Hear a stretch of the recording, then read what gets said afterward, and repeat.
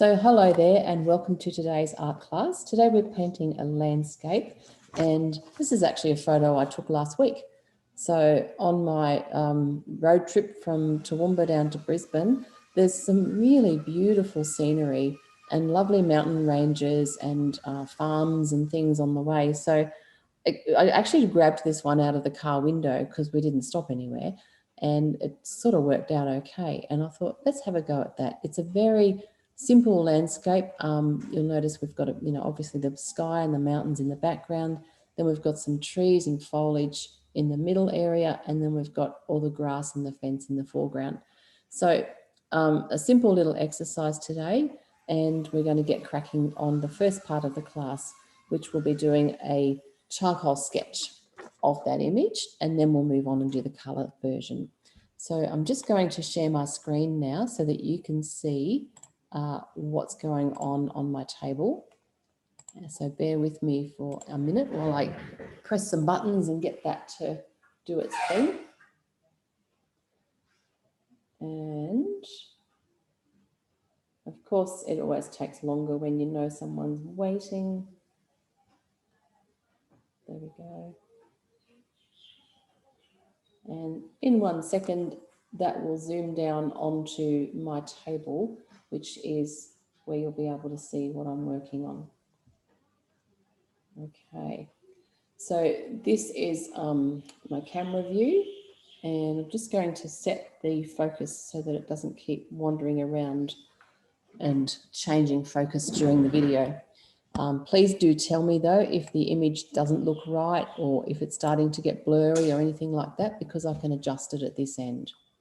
So what you can see there is my little art diary, and that's what we're going to start with today. So you just need a piece of drawing paper or an art diary like this. It's just a little A4 cheapy book that I use to do my sketches and ideas in.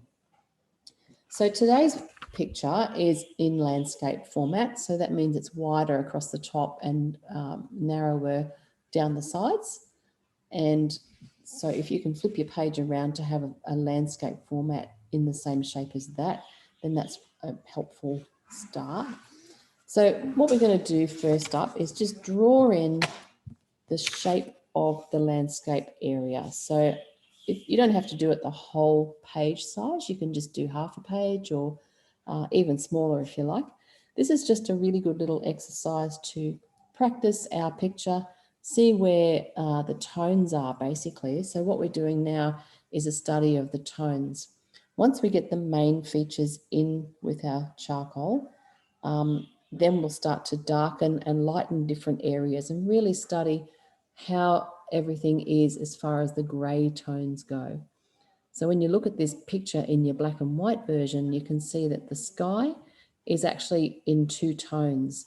It goes from a dark grey down to a very light grey. So that's about one of the lightest areas in the whole picture. Then as we come forward, you can see the mountain range and then the hills and the trees in the middle area are all in the darkest tones. So we're going from a mid-tone sky to a very light sky. Then we've got all the dark tones in the center area. And then as we come forward, we have more mid and light and dark. So we've got a really nice contrast in the foreground of bright lights and dark darks, in the shadow of the fence, this little tree here, and some of the shadows of the grasses. And then we've got really light areas in some of the light grass as well. So there's a really nice range of tone throughout that image. So the first thing we're going to look at is the structure of the picture. And if you have a look at your printout, and you can see on your colour version, I've got a grid mark there. So there's actually a line down the middle and a line across the middle.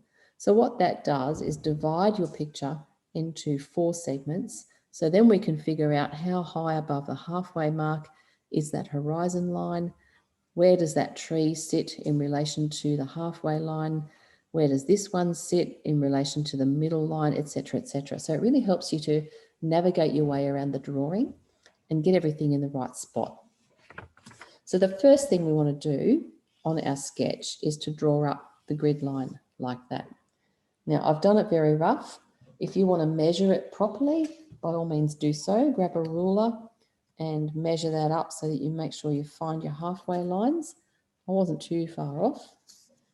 So, and this is just a very rough little sketch. So this part of the class is just to get familiar with the drawing and practice it and really study the tones.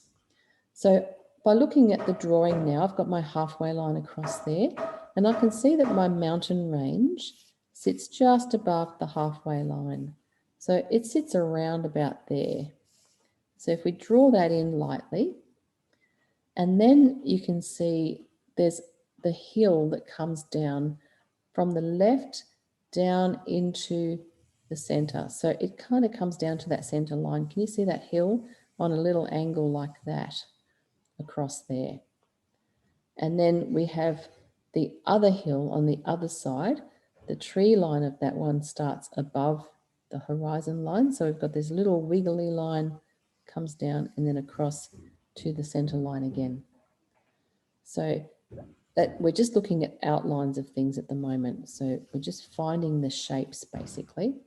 So there's a few different shapes throughout this picture.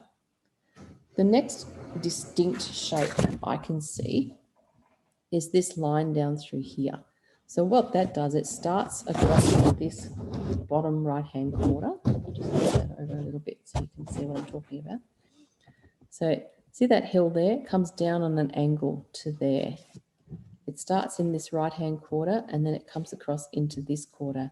And it stops around about a third of the way down inside this bottom left-hand quarter and about a third of the way across. So that would be about there.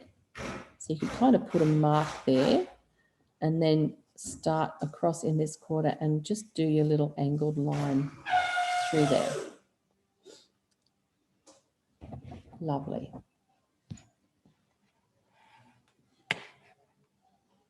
Now, my husband's out the back drilling and banging and hammering and stuff, so excuse the noise. I might go and tell him to shush up in a second. Okay. Now, if you look at this line here, this is actually the foreground, beginning of the foreground area. So we've basically divided this image into three sections. We've got sky in 1/3. We've got all the distant hills and mountains in the middle third, and then we've got all the grass and so forth in the front third. So what I'm looking at now is this line through here. Okay. And so that's actually coming through at about a third of the way down. So what it does is it meets this one here. So it starts at about there. It's not completely straight. It's got a little wiggle in it and a few bumps and things. And then as you get off to the left, it rises up slightly. So hopefully you can see that line as well through there. Okay. All right, so there's some distinct shapes. I'm just going to have to go and tell him to stop doing that. I won't be long. Geez, about that. Okay, he's going to try and find something quiet to do. All right, so where were we? We've got this line running across here. So that's kind of the beginning of this foreground section. And then within that, we can find a few different shapes and so forth. So can you see there's a little bit of white or light grass and stuff through there? When you look at landscapes, they actually get quite complicated after a while. Now the dog's going to start whining. We can't win today. So we've got a little light area just across there. And then it gets dark green. And then if you look at this in kind of stripes, and then we've got another little stripe of the light grass coming through here. Once we get some tones in here, so we'll start to do some greys and darks and lights and things, it'll start to make a little bit more sense. So that's kind of a light stripe through there. So when you try to break everything down into shapes, hopefully it'll make it a bit easier to figure out where everything is. Okay, so I've just drawn those stripes or areas in the foreground in quite light so that we can kind of find those again in a minute. And then we can start to put in some of the features or some of the main things that you can see through here. So let's have a look at this little tree that's in the middle here. You can see that it sits up just above this horizon line of the foreground there. So see that little bright hill that runs all the way across the page? This little tree sits up just above there. So I'm going to, and to the left of your center line. So I'm going to say it sits about there, and then it comes down into this section here, and it just ends right there above our bright grassy sort of area. So if you do a little dark squiggle and just kind of mark that in there, it finishes at about there. So it's slightly off center.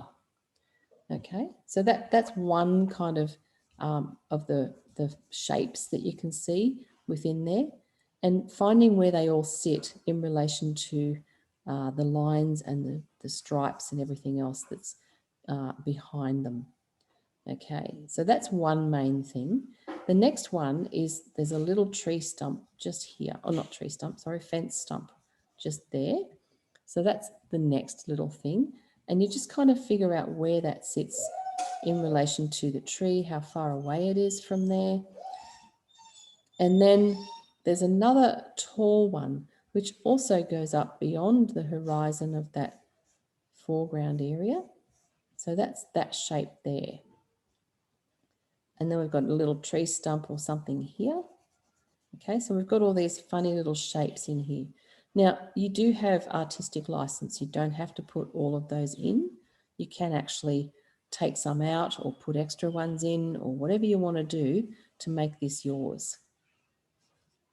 Okay, so don't feel like you have to put them all in. If you feel something looks a bit weird or odd or doesn't quite work, just leave it out or replace it with another tree or something like that if you think that, you know, the shape's not quite working for you. Okay, so I've got those little fence or tree stumps running across through there. What are they? Just going to zoom in and have a better look. Looks like a fence that might not be doing its job anymore. Or no, actually I think they're tree stumps. Someone's cut a bunch of trees down. So they're just loose tree stumps. And as I said, you don't have to leave them in there. So if you think they look silly or weird, don't put them in. Okay. All right. And then we'll just work across and we'll have a look at this tree. So this is our feature tree, I guess, on the left-hand side there. And you can see the top of that comes up beyond the far distant hills. So it's taller than those. So you can put, you know, a few little squiggly marks across here on the left-hand side. And then it comes down and we've got some branches and it lands down here. So the base of the tree is about there. And then we've got the branches that come up.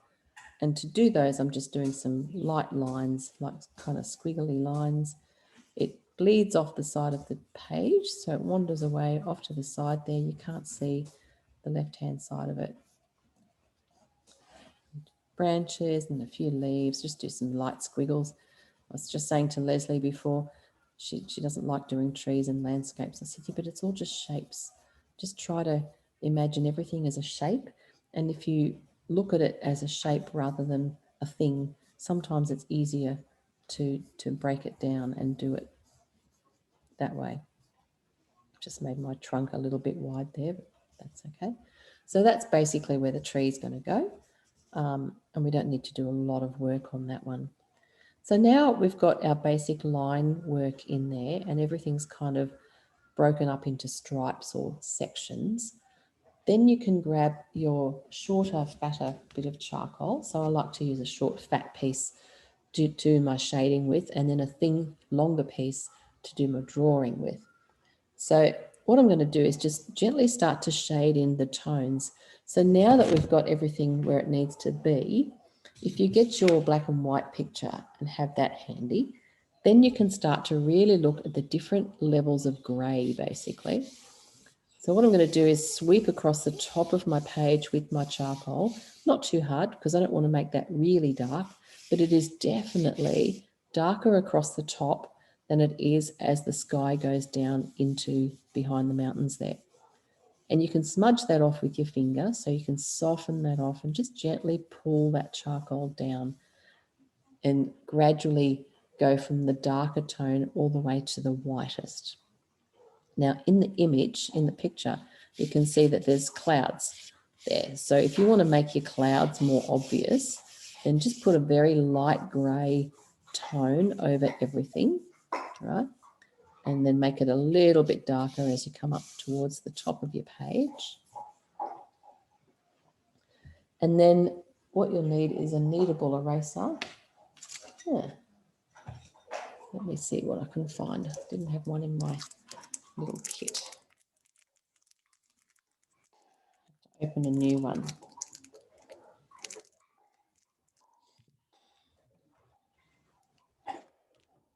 Oh, now I've got the dog chewing a bone. Good grief.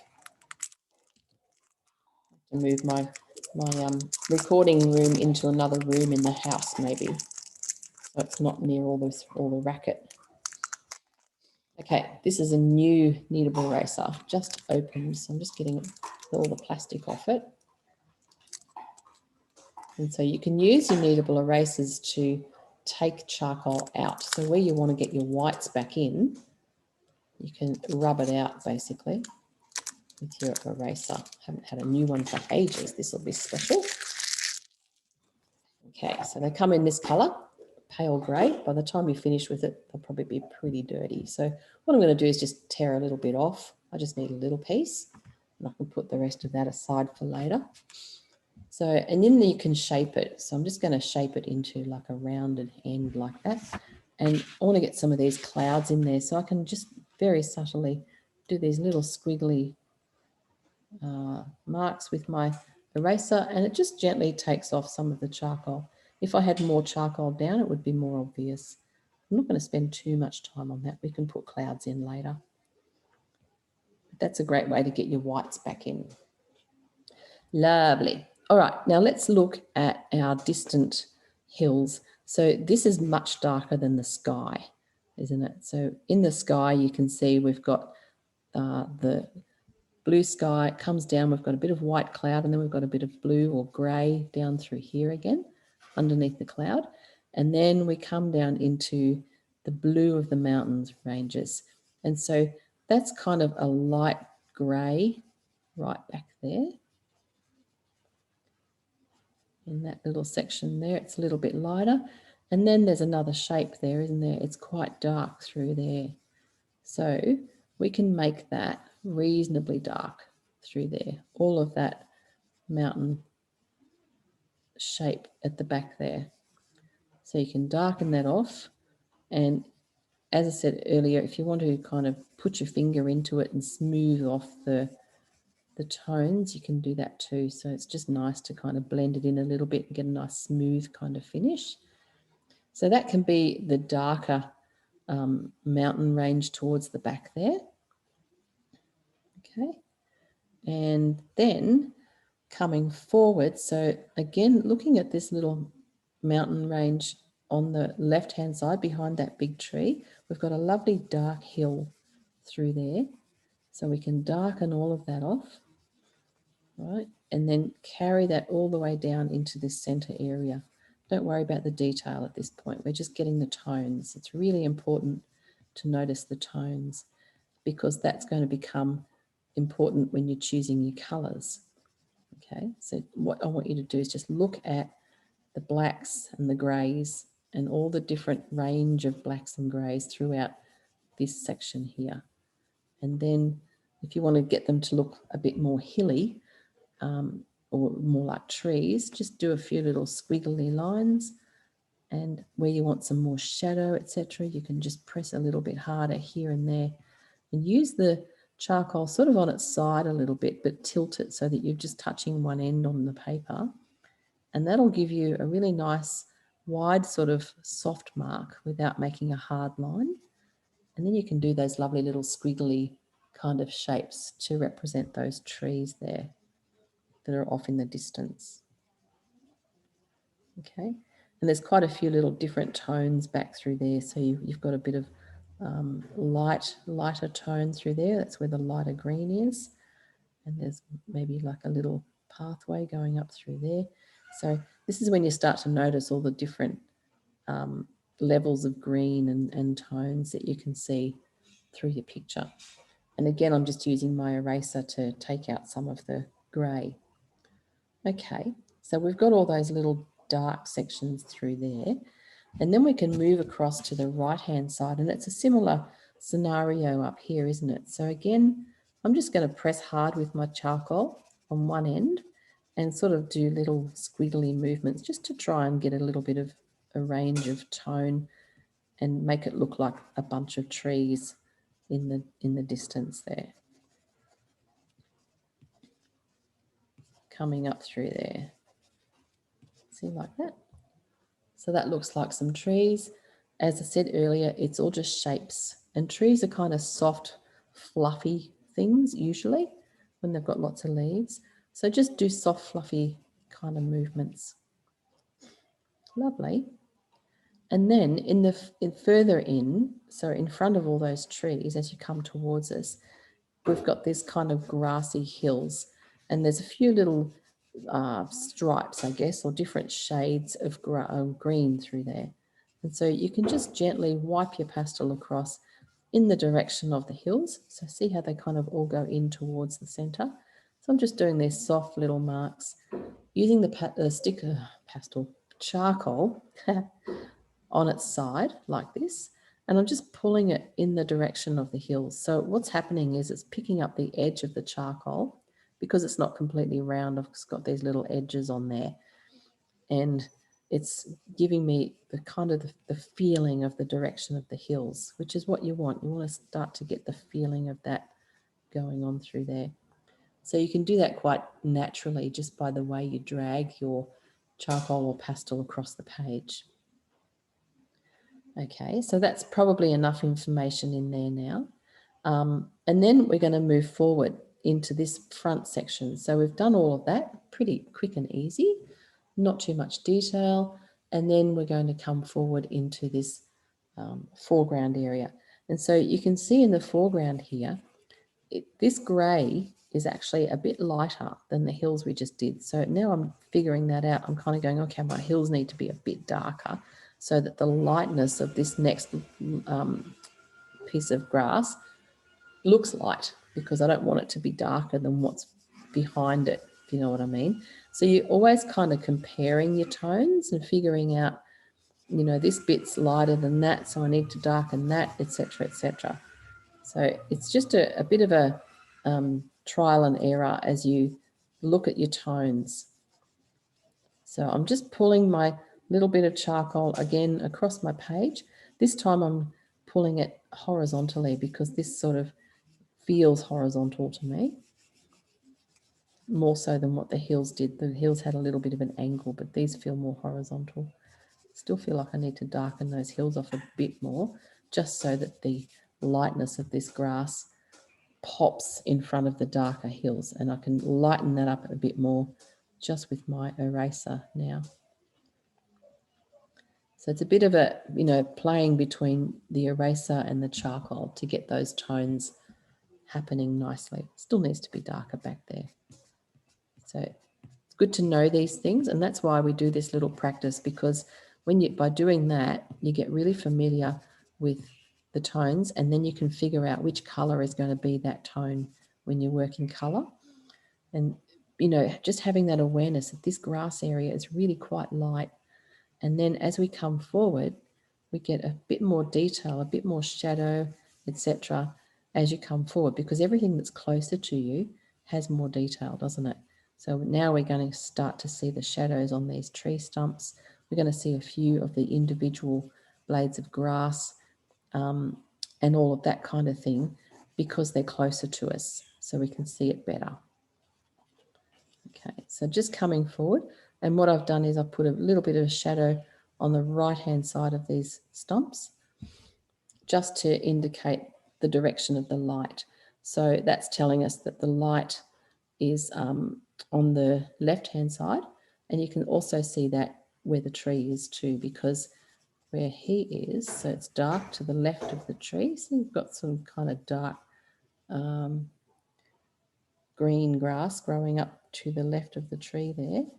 And then it's got shadow on the tree trunk. So you can put that back in or take off your charcoal with your eraser.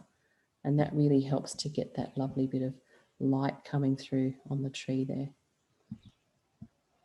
See how that just brightened it all up? So now it's bringing it closer to us because I can see more information, and also helping us to form that lovely little tree.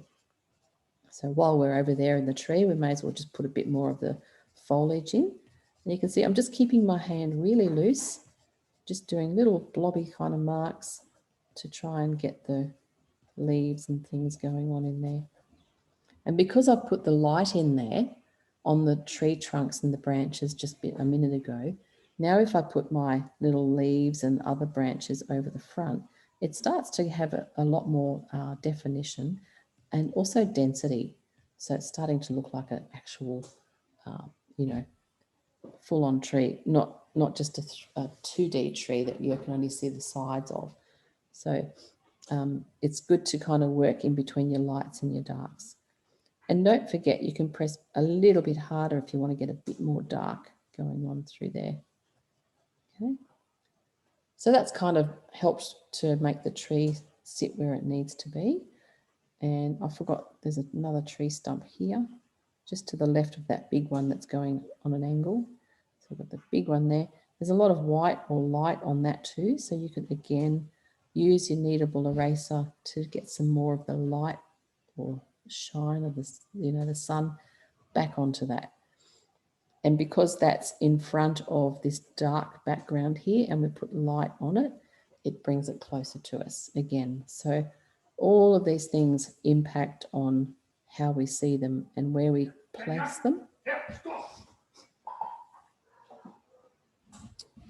Okay, and then we've got this lovely strip of light grass coming across here. So we can kind of leave that undone at this point and then darken off down through this front area down here where the grass is.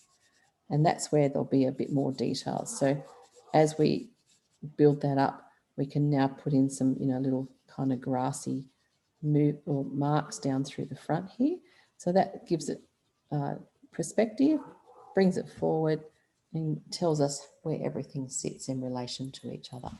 So that's just a really rough little sketch of this landscape, and I just need to darken off that tree. So now we've done that bit, just grab your black and white picture. Tablecloth's coming off here. Your black and white picture and pop it next to yours and just compare the darkness and the lightness that you've got going on in yours. And if you feel like you need to go a bit darker, like I can see now, this middle tree needs to be really black because that's much darker than what I had it. And so I can darken that off nicely through there. I can see there's some lovely dark shadow on those tree stumps. Back here in some of the foliage in the mountains, there's a lot of more dark through there, so I can darken off some of those areas.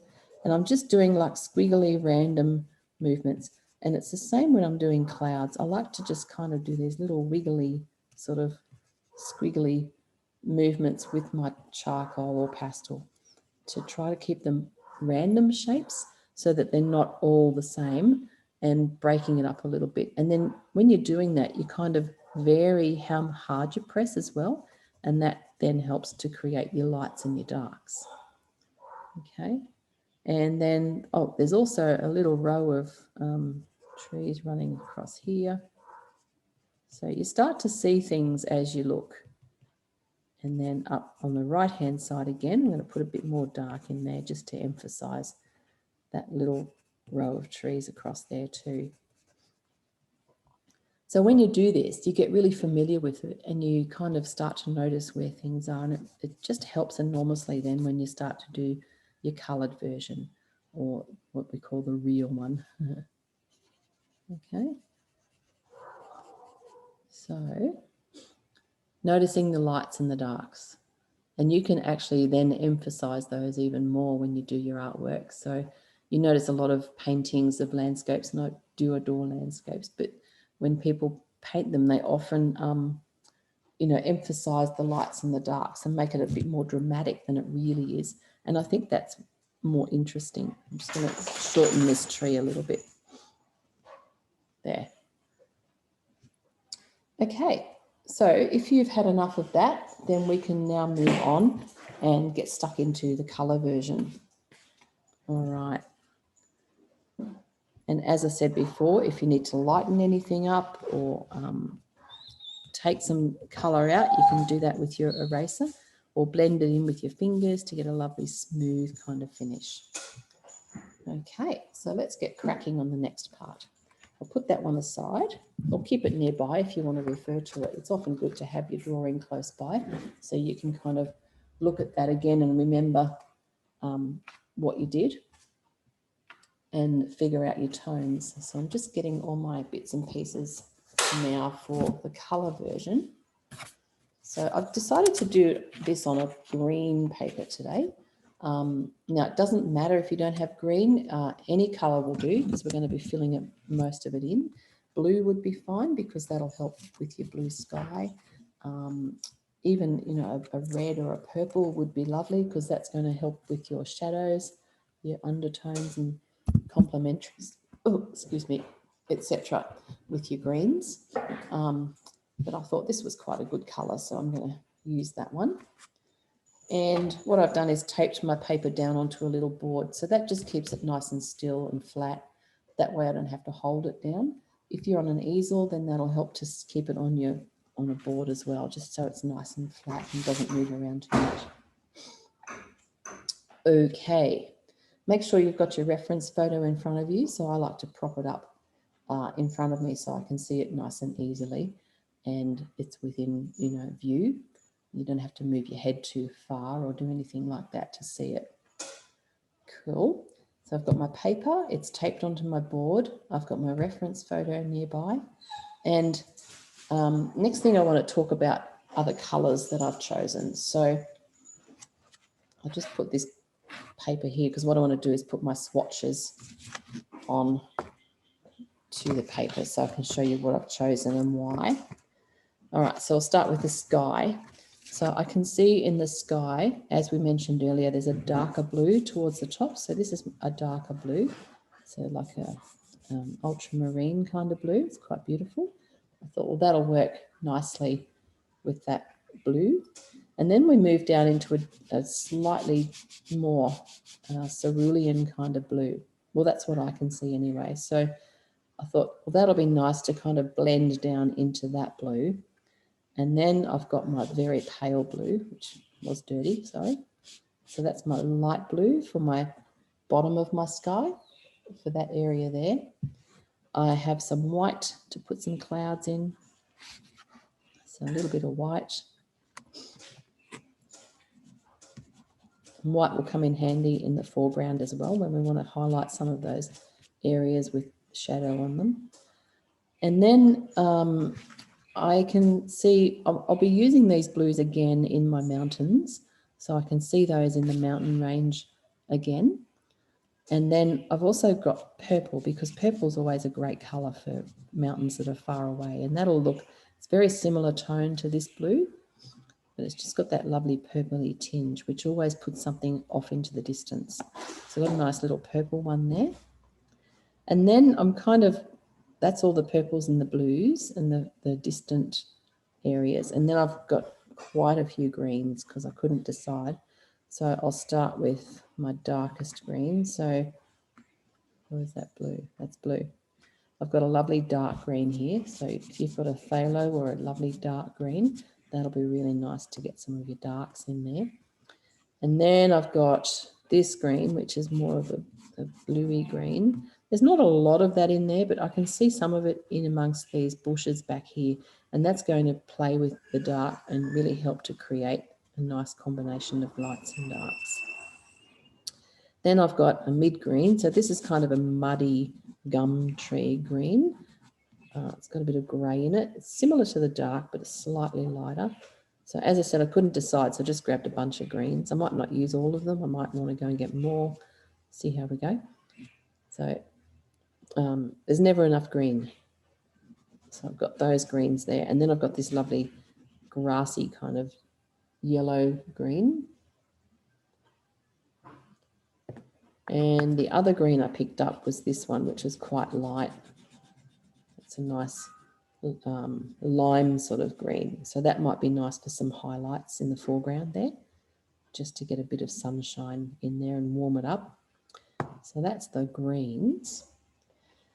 And then I also picked up a deep, deep blue, because that's often beautiful in with your greens to get that gorgeous dark going on through your foliage. So I thought a dark blue would be quite gorgeous. And I think this might be the same. It's called Prussian blue. That's quite hard.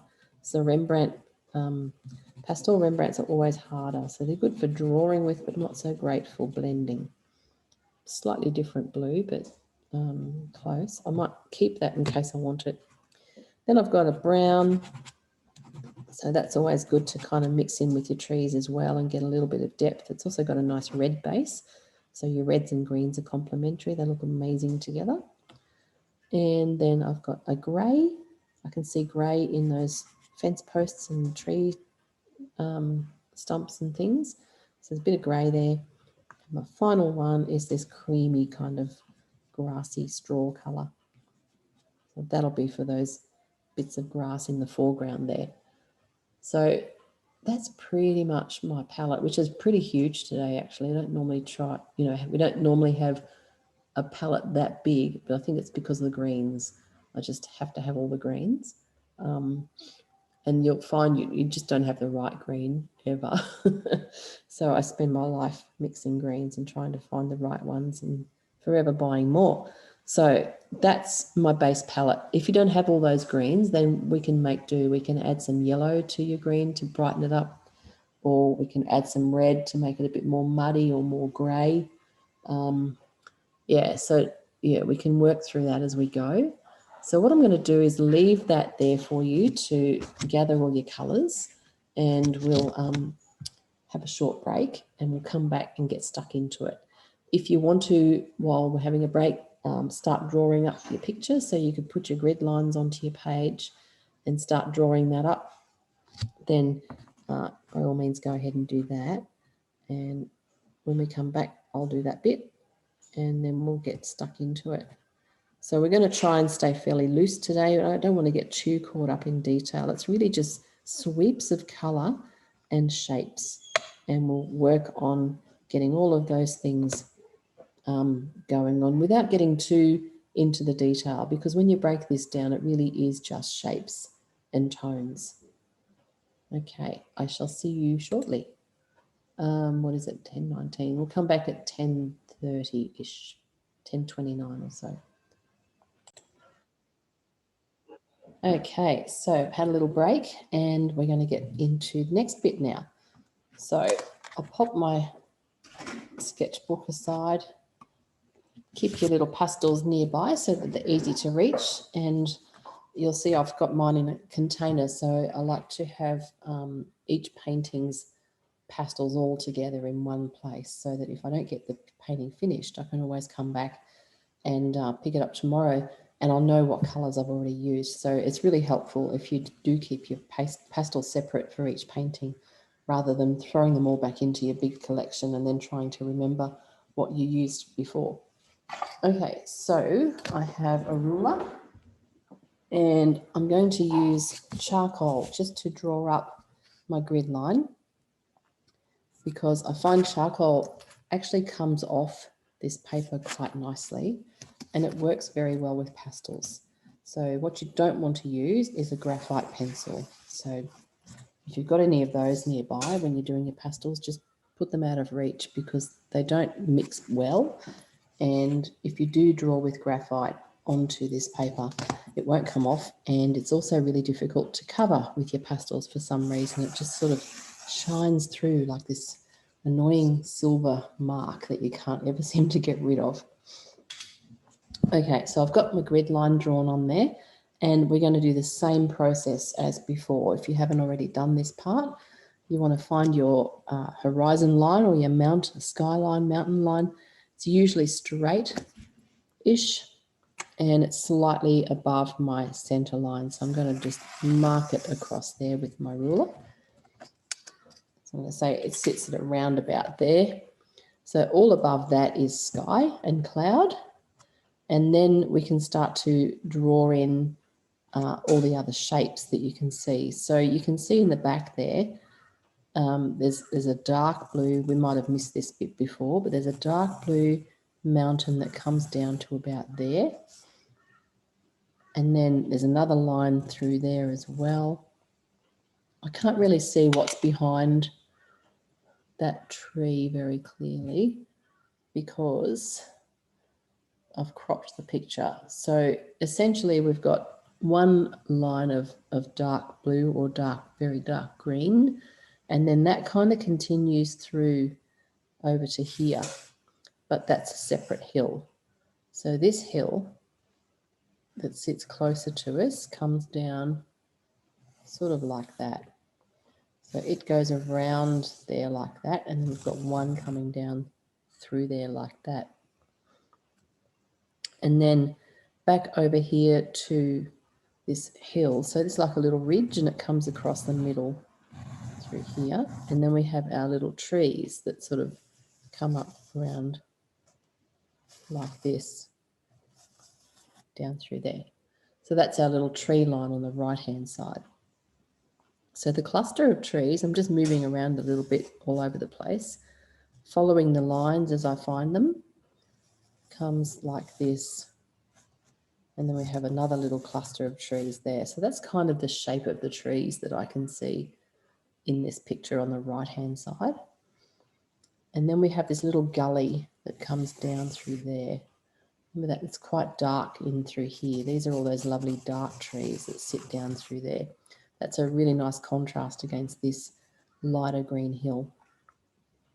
And then we've got the foreground land that sort of sits across like this. So it's not completely straight, and then it sort of dips down a little bit there where that tree is, and then it comes up again. So we've got a little hill shape kind of there.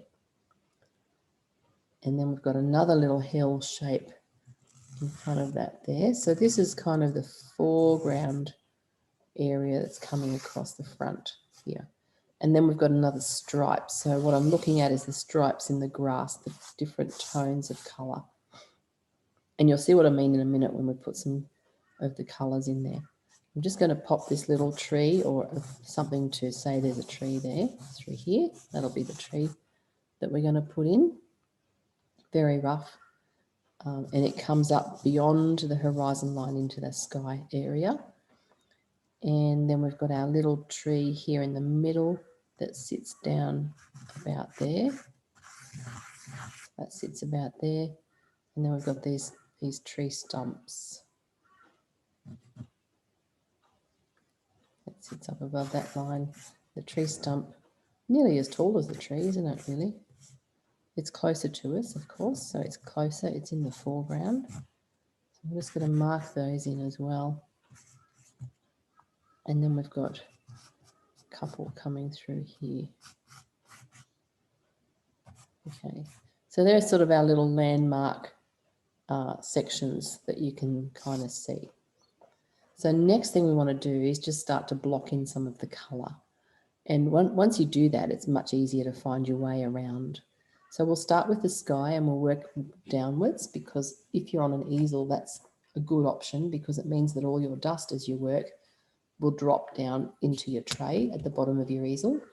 I need to grab a bit of paper towel just so I can tip off my dust. I'll just grab that.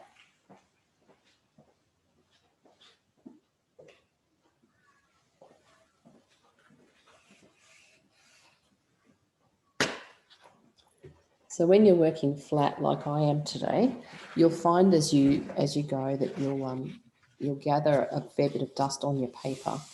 Now, what a lot of people I've seen them do is blow it all off. So if you're watching any YouTube pastel artists, you might hear them blowing their dust every time it gets on their page. They go, but oh my goodness, I don't think that's very healthy or clean. So I prefer to just have a piece of paper towel like this, lying down flat, and then when my dust gathers on my page, I literally tip up my board and bang it onto my paper towel, and all the dust, you can see there's some there already, gathers on there, and then I can throw that away and get rid of it. So it's much better than blowing it all over your house and yourself and your furniture and breathing it all in. Lovely. So we've got our picture there ready to go. So next thing we want to do is get some colour down on here. Now remember, we're starting at the top in the sky, so we want to get that darker blue down into the sky first. So I'm just going to use my little bit of pastel. If you've got a longer stick, you might want to break it into a shorter piece. I just find those are a little bit easier to manage when you're wiping them on the side like this. And literally just wipe that on to your paper. And the harder you press, hopefully, the more colour will stick, basically. You just want to go all the way across your page and put some of that blue on there. And I like to go in a horizontal direction because I feel the sky kind of goes in a horizontal way.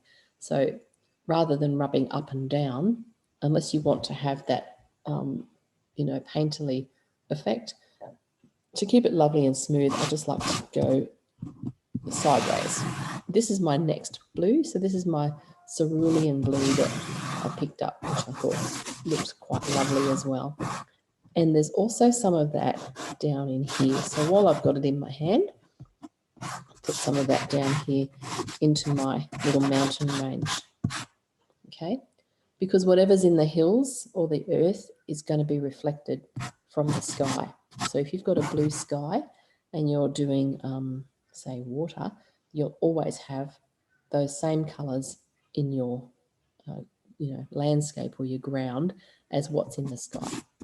Now I've picked up my very light blue. So this is a very pale blue. It looks nearly white. And I'm putting that down on the bottom of the sky area. I'm just gently pulling it up in through the other blue, so that what I want them to do is kind of merge together gently and not have any, really strong definition between those three blues. So I want them all kind of blend in nicely together. So I've put my light blue down on here, and I can see there's a little bit of light down through there as well. And just touching it on a couple of spots where I can see it in the distance too. Okay, so that's my light blue down. And now I'm going to come back over the middle area of my blue sky with this mid blue, the cerulean blue, just to kind of push those colours together a little bit more. Start to kind of make them merge together. Now, I've got enough pastel now on the paper, I think. You need to get a decent amount of pastel on your paper before you can start to blend it in. Otherwise, it won't stick. You'll just find yourself rubbing your fingers raw on raw paper. So you need to make sure there's enough pigment on there that you can actually start to push it around. And you can also see on the side, see, this is where the dust landed. So I can see there's little bits of dust there. So what I don't want to do is blow that off onto my table and my computer and everything else. So just let it sit there, or you can tip it up onto your paper towel or an old towel or whatever it is you've got handy. But first I'm going to push all this in. I'm going to use 3 fingers because I want to cover a decent area. So you don't have to use just one. And I'm going to go from side to side like this. And you can see as you push it around, it starts to blend into your paper. See how that's getting lovely and smooth now? So just want to push that in nicely. You might find you'll end up with more dust sitting onto the side there, but that's okay. You can chip it off afterwards. So what I'm doing is working from the top of my page, lovely big wide sideways movements, and then blending down through these other blues, trying to get all the blues to blend beautifully together without being very separate from each other. So as I move down into the lighter blue, I know I'm going to have to add more pastel. See how it looks quite thin? So it's kind of thin and blotchy.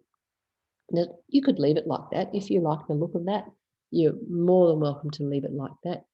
It looks very painterly. It's quite arty. I can nearly see clouds already.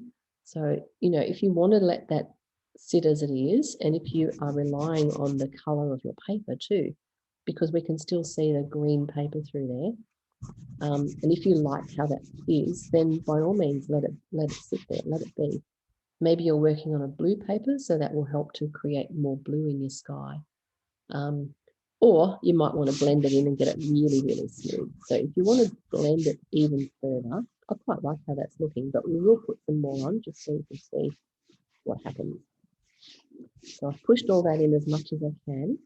It's looking a bit blobby and it's not really quite smooth enough that I like it anyway. I'm not getting that beautiful gradual smoothness that I'm looking for. So what I'm going to do is put some more pastel down on the paper. So by doing this, we're adding another layer, basically, and that is absolutely fine. Pastels will actually add lots of layers before you can't get any more onto the paper. Of course, this depends on the kinds of paper you're using. So you really need to have proper pastel paper, and then you'll be able to add more pastel as you go and thicken it up. So you get it really thick and lush like this. And it nearly looks like oil paint sometimes. You can just get it to really lovely and almost like a glazing like you do with oil paint. I'm coming all the way down to the bottom here. I'm just going to blur the edges between the horizon and the mountains because I don't want to have a space or a gap between those two.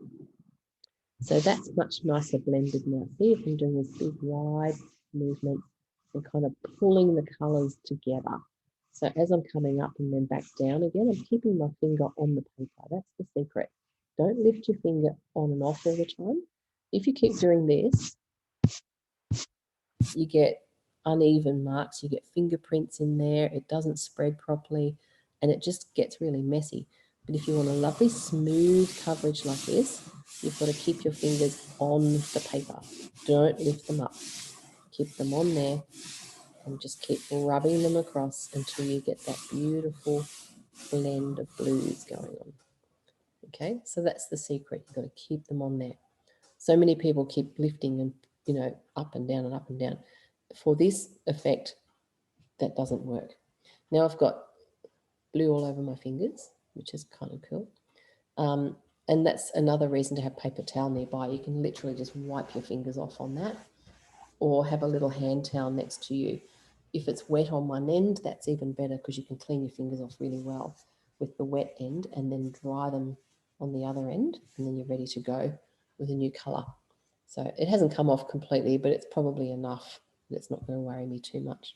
So now I've got this lovely gradient of a sky going on. I'm really happy with how that's looking. And I want to get my clouds in there. So the clouds sort of sit in a bank all the way across the sky. If you look at your reference photo. So I picked up my white and I'm just going to lie it down on there. So it doesn't look white because it's probably been playing with other colours and they get pretty dirty.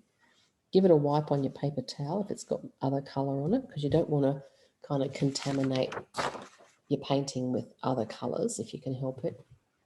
All right, so my bank of clouds kind of runs across here. So what I'm going to do is just do these little squiggly movements like this. Can you see it's thick in some spots and thin in others, and it's a bit broken. So I'm literally just holding my pastel down flat on my paper and rubbing it up and down as I pull it across. Where you want it to be whiter, press a bit harder, and that'll put more pastel down. And where you don't want it to be so white, or you want to have a little break, or you want it to be lighter or softer, just press a bit lighter or lift it off altogether. See how that's creating a really nice little bank of clouds. And I'm just doing these little squiggly movements all the way over there. So that's pretty much all I need to do.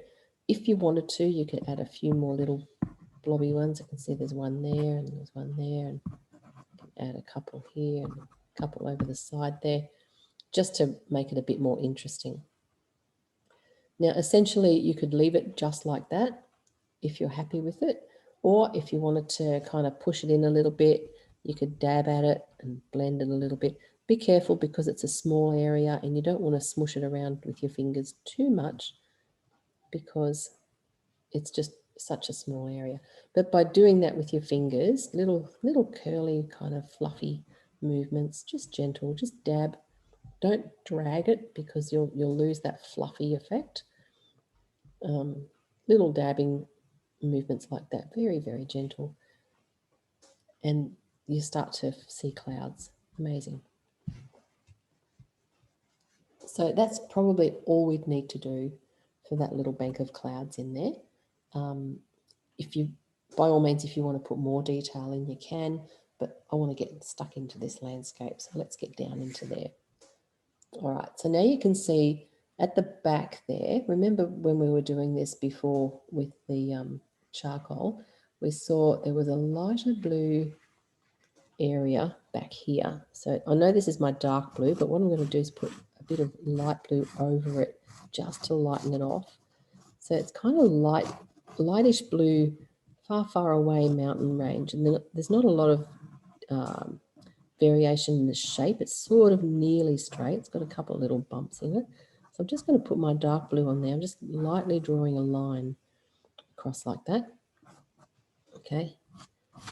And I'll make the right-hand side slightly deeper because there's a little bit more of that information going on over there before we move forward into the darker blues and greens. So that's my dark blue, and I'm just going to rub that across like this. Okay, so I just want to kind of blur that off. When everything is further away, you can't see detail. So we're just going to make it lovely and soft and blurry, far away over there in the distance. Okay, and if you just literally get your finger and pull it all the way across like that and just soften off that dark blue line. And that's going to give us enough information to look like mountains or ocean or whatever that is. Far away. Might be ocean. Could it be? Maybe. I should know. I was there. I can't see that far. So let's just leave it as it is. And then as we come forward, you can see what I'm going to use is what am I going to use? The purple, I think. Try a bit of purple through here. Now, because it's a similar tone, it's going to be harder to distinguish between what we've just done and what we were about to do. But purple is always a beautiful option for getting in the distant shapes. So just fill in this area here in the middle with your purple, because that's all the stuff that's further away. And we might even pop this one in here on the left. See that little mountain on the left behind the tree? That's quite dark in there too. So what I'm looking at is the darker, kind of deeper blue areas. Okay, so a bit of purple in there. We're not blending it in yet. I'm just going to pop a little bit of a mountain line in here with my dark blue. So this is the dark blue that I picked up earlier. It's quite lovely. So we're sticking with purples and blues at this stage. We might smush a bit of green in there after. See how we go. See if we need to. That's a bit of blue. So what I'm trying to do is create a bit of the texture of the scrub and the bush and stuff. But because it's all off in the distance, we're not doing a lot of detail. So now I've got my blue and my purple on there. I'm just going to start to kind of zhoosh it around with my fingers. When I say zhoosh, I mean doing little, again, soft little fluffy kind of movements to try and get some of the shadow and the light of those far away trees and things looking like far away trees. All right. And make sure you kind of overlap this front area, because again, we don't want to have gaps between the next row of hills and stuff and that row. Okay, so lovely. I just want to distinguish a little bit more. See, as I said before, the purple and the blue are very similar in tone. So just to get a bit more depth in there, I'm using my dark blue again, and I just want to make that little mountain range through there a little bit darker, just to distinguish it from the mountains behind it, because the mountains behind would be a softer blue or purple because they're further away. And then these ones will be slightly darker. So this is where your tones come in. Remember we talked about tones and how you need to really think about how can I make this darker or lighter. And when you look at your greys and things, it really does help to find those lights and darks. So that's the far away stuff. Now you can look at that now and think, oh, do I need to lighten it up? Do I need to darken it down? Check your black and white version. And keep in mind that this area we've just done, if you look at your black and white picture, this is kind of all mid-grey. And then the next area in here that we're going to do, so these are all big trees here in the middle ground, they're darker again. So just make sure that you haven't gone too dark in there, because what we want to do is go darkest here, if that makes sense. So you want to make sure that this is still a reasonably nice mid-tone kind of colour, so that your darker colours will pop in front of it. Okay, and we also need to send it off into the distance. So to do that, it's got to be more mid-tone. So I've just put a bit of purple on there. Purple's really lovely for that, and it just gives me that nice mid-tone effect. I have got a bit of dust on there, so I'm going to tip that off onto my paper towel. Just going to bang it off on there, and that kind of clears it up then, ready to keep on going. Okay, so I'm not worrying too much about the detail in the background there. It kind of will get covered up with other things, and we want it to not be the focal point or the thing that people see or notice. So you don't want to put too much information in there, because that's all the stuff that's in the foreground that we want to, have as the focus. Okay, so now we're going to look at these little hills and trees. So you can see we talked about this right-hand side here. We've got a bunch of trees, bunching around there. So let's pop those in. I'm going to start with my darkest green.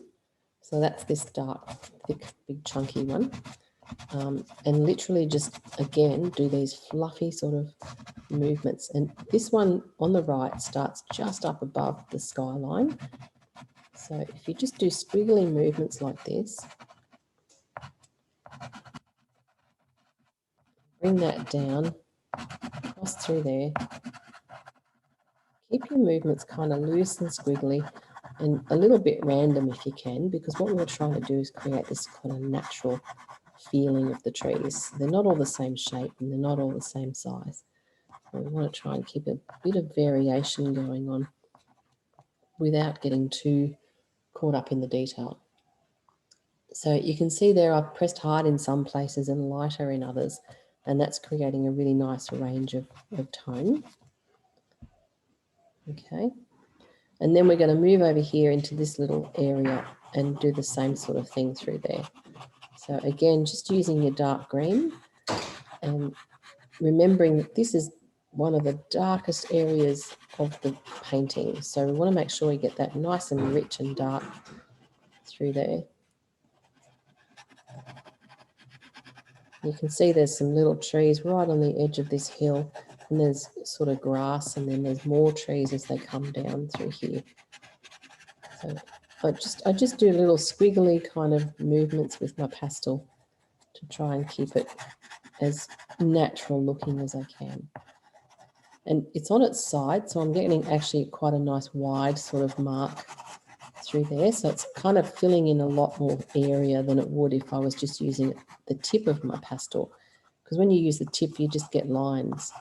You get a hard line, whereas when you use the sides like this on a short piece, which is better, then you can kind of get a wider mark, and it's a much softer mark too. So because I've got green paper, I can actually leave some of that undone if I've got enough self-control, which I probably don't, and let the paper be, part of the grass or whatever. There's a bit of dark in there too. So while I've got this dark green in my hand, I'm just going to smoosh that around where I can see more dark green. Okay, so now we've got those trees in the, the mid-ground in place pretty much. what we want to do is now to kind of build them up a little bit. So try to create a bit more depth, I suppose. So I'm going to pick up this like a tealy green and just dab a little bit of that around. So what we're doing is we're trying different tones or different shades of green to get the feeling of the thickness of the trees. Because if you look at the picture, you can see that there's quite a few different green tones or shades throughout there. And that'll be different breeds of trees, obviously, but it's also going to be where the light's hitting them. So they'll be lighter on the left than on the right.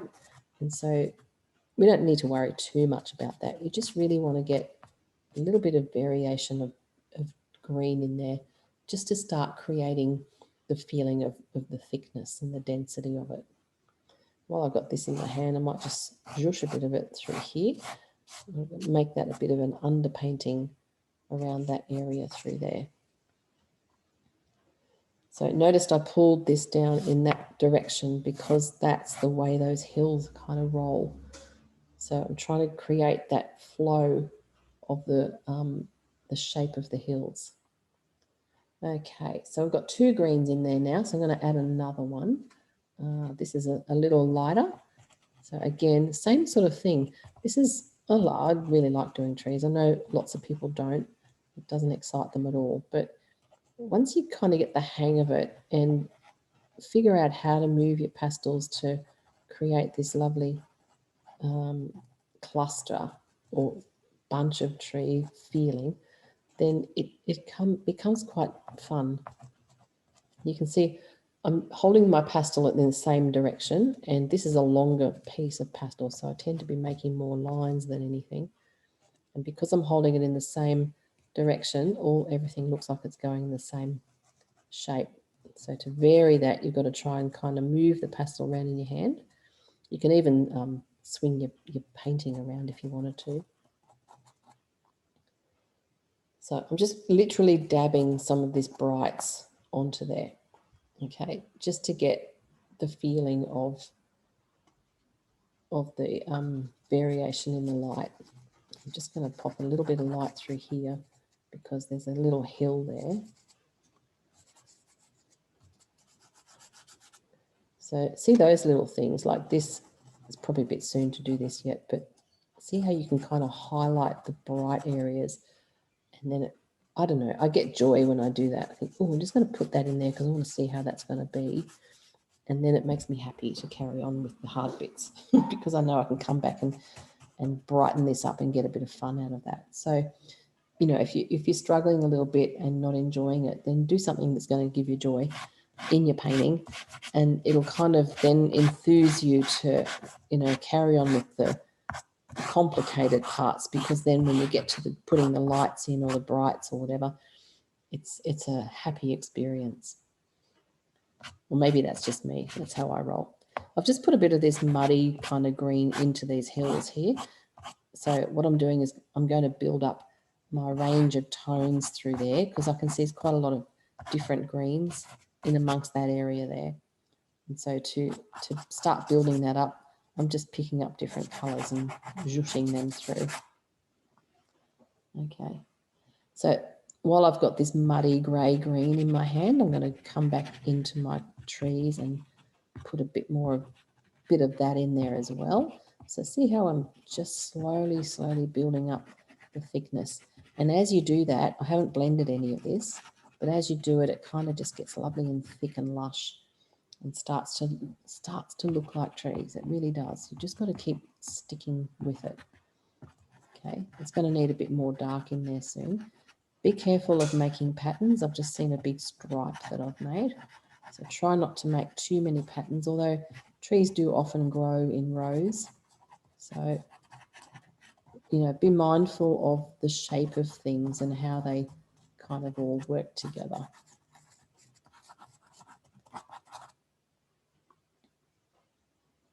So that's starting to come together.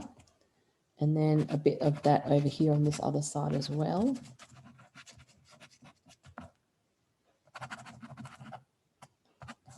So honestly, just little squiggly movements with your pastel. vary how hard you press, vary the pressure and the direction and the shape. So you kind of got to do all of that at once, which can get a little bit complicated sometimes. But with practice, you'll get the hang of it. See how that's already starting to look like a big bunch of trees? It's working really well. Okay.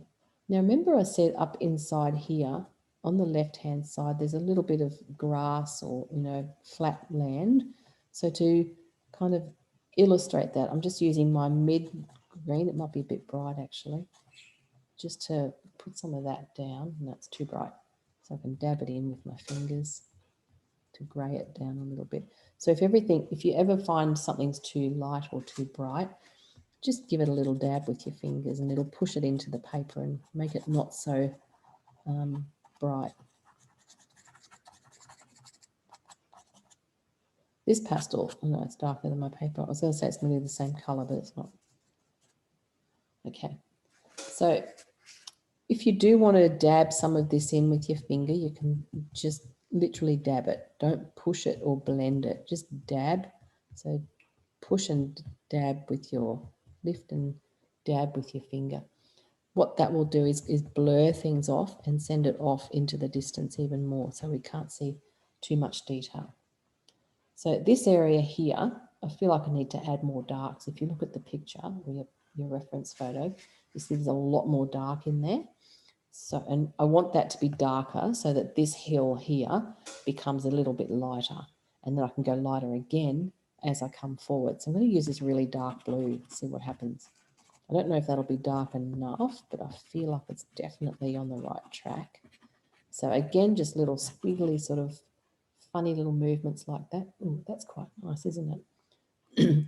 So the blue's nice because it kind of reflects the sky colour and yeah, it gives it that nice continuity. Still gives me some distance in the trees. So blue will send it off in the distance, but also gives me the depth that I'm looking for, or the darkness that I want. So sometimes we go for black if you want something to be dark, but often black is a little bit too kind of dead looking. It doesn't have enough warmth or life sometimes. So see if you can choose other colours that are not quite as dull. So that blue, yeah, very happy with how that's working out nicely. So literally just dabbing some of that around to create a bit more dark. And I've still left some of the lights in there so that we've got light bouncing off the trees.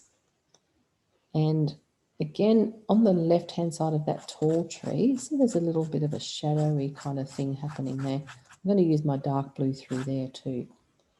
You know why?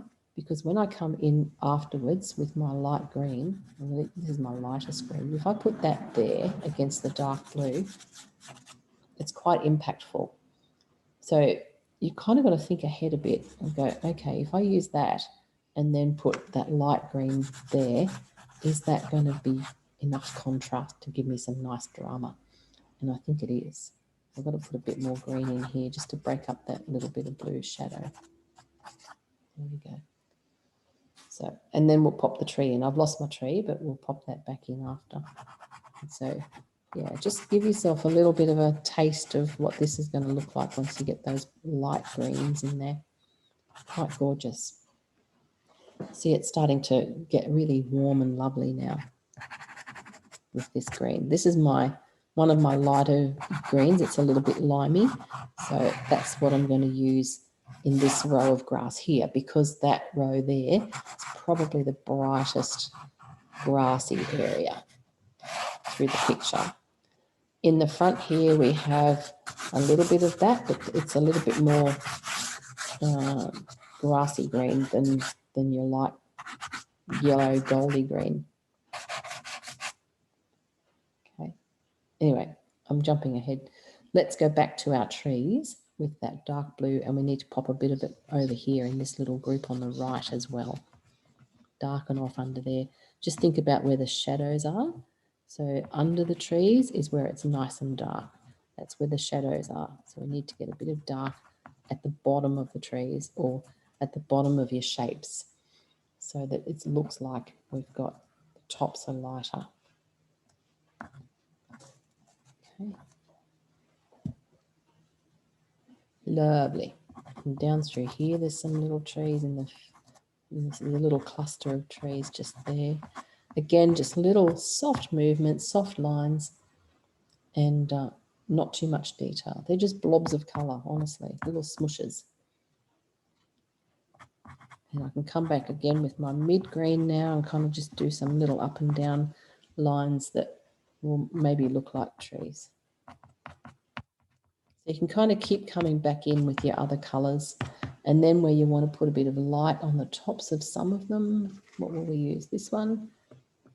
So I can just zhoosh that around randomly like that, little dotty shapes. So as you kind of work towards the final levels or layers, as you're building these up, you want to do less bigger marks. You want to do smaller marks that just kind of gently might be the tops of the trees where the sun's catching. And keep it kind of random. Don't make patterns. So something like that. And then I can just zhoosh that around a little bit over there and softly push it around. And as I said, if you want to push something in or dull it down, you can always just dab it with your fingers. Lovely. And there's also probably some light on these ones over here too. So we can do a few more little light marks through here.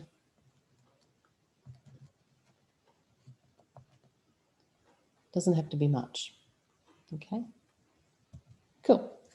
So let's move into this hill now. And what I want to do, I've got some colour on there already, and I've been pulling it around in that direction of the hill, the way that it's kind of growing. I can see there's some browny colour in there. Remember we picked up this reddy brown before? So I'm just going to put a bit of that in there as well, because I feel like that's going to give me a really nice contrast, and perhaps a bit of dirt or earth through there. Okay, good. Again, pulling it around in the same sort of direction. And then there's also some kind of, not paths, but grassy sort of areas down through here too. So just with my lighter green, it's not my lightest, but that kind of light one, it's not too sunny. I'm going to put a little bit of that in there just to give the hills some shapes. Okay. And now we've got all of that on there, we can gently push that in with our fingers. So we kind of want to smooth it off a little bit. So if you get your finger, just get one and go very lightly. So don't press too hard, but just pull it up and down in the direction that the hills are growing, like this. And what happens is you move across and pulling your finger up and down kind of merges these colours together a little bit and starts hopefully to create a really nice combination of tones and colours to represent the hill and the dirt, maybe crops or something over there, or just one rough hill. Okay, remembering, see now I'm checking back up my tones now, remembering that this is actually lighter than those trees to the left. Okay, so those trees there, they are really dark.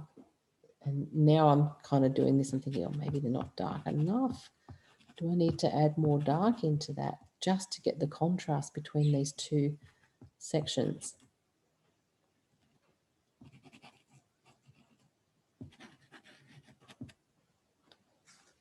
So remembering that, you've got to always be looking at your tones. What can I do to make that pop a bit more, or send it away, or bring it forward? And there's all these things that you need to consider. So I've decided I need to lighten this up a little bit more. So I'm using it's a light green, but it's not the bright green, because it's a little bit too dark.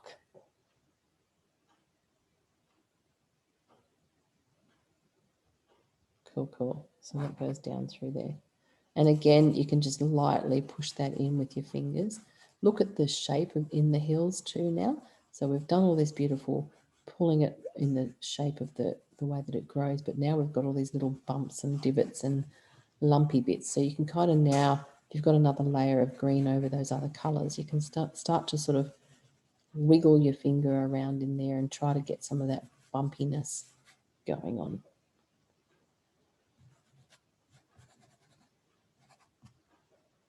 Lovely. I'm going to pick up the creamy colour that I've saved for my foreground grass, you know, those straw coloured bits. I'm going to add a bit of that in just for some contrast. And maybe a little bit of, what's this green? What's that do? That's a bit dark. This one. So don't be, if you feel like you want to lighten it up, and I feel like I do a little bit, and I don't want it, but I don't want it to be as bright as this green, because this green is going to be the brightest, lightest, yummiest bit. But I can still use that green in amongst here, and by pushing it in to the colours that are already on there, it's dulling it down a little bit, so it's not going to be as bright as my brightest area, but it's still going to tie it all in together, because that's what you need. You need it all to kind of look like it belongs. Okay, so that's that bit. So I've just literally just zhushed my pastel over this, just dabbing it here and there, rubbing it here and there to get those random little shapes in that lighter colour. And then if you think, oh no, that's too much, just go over it with your darker one, or quieten it down a little bit. Even try some of the dark blue in there to get some of the contours going on. That's nice. And again, that'll tie it in with your other areas. And then I can just dab that in gently.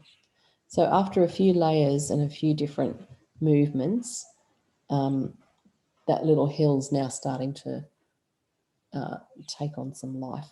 But before we move on, we've got to put some more shadow under these trees here. So see how the hill's kind of looking like it's over the top of the trees now. So we need to bring the trees back in over the top of the ground. So I'm just going to put a bit more of my dark blue around the base of the trees, just to create that feeling of shadow where they sit on the top.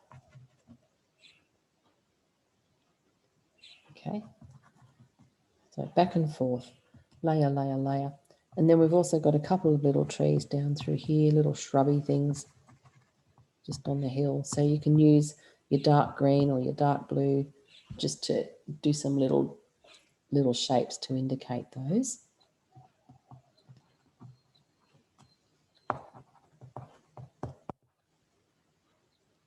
Lovely. Now, before we move on to the foreground, there's a little path just running down through here. Looks like a path or a track. Just going to lighten that up a little bit with my lighter green, and then there's a little shadow on it down through there. And blur off the end of it. So that's enough for that now. And then the next thing we need to look at, there's a tree about here. I don't know if you can see that. It's a little shrub. It sits there. It's not terribly obvious, but it is definitely there. And then we've got another little one here. And then there's a big one on the right there that kind of, that's a big shrub. It kind of sits across here. Now, you don't have to put that in if you don't want to, but it is just here on the edge. In fact, all that, oh no, it's not all of that, but it's slightly lighter than the trees off in the distance. So you can grab your lighter green and just do a bit of zhooshing with that to bring that forward. So if it's lighter, it's going to be closer to us. Yeah? Things that are further away, well, in this instance anyway, they seem to be darker when they're further away. And then as they get closer, they've got a bit more light, but they've also got a bit more detail.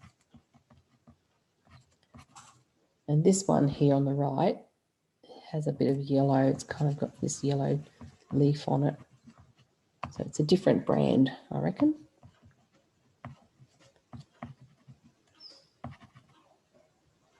But we don't need to spend, you know, hours and hours on that unless, of course, you want to. Okay, so let's move forward into the next section. So the next area is this beautiful expanse of grass that runs across here. So this is the middle ground, or we're coming into the foreground now. Okay, so we've done the middle, we've done the sky, we've done the middle ground. I've got my lighter green.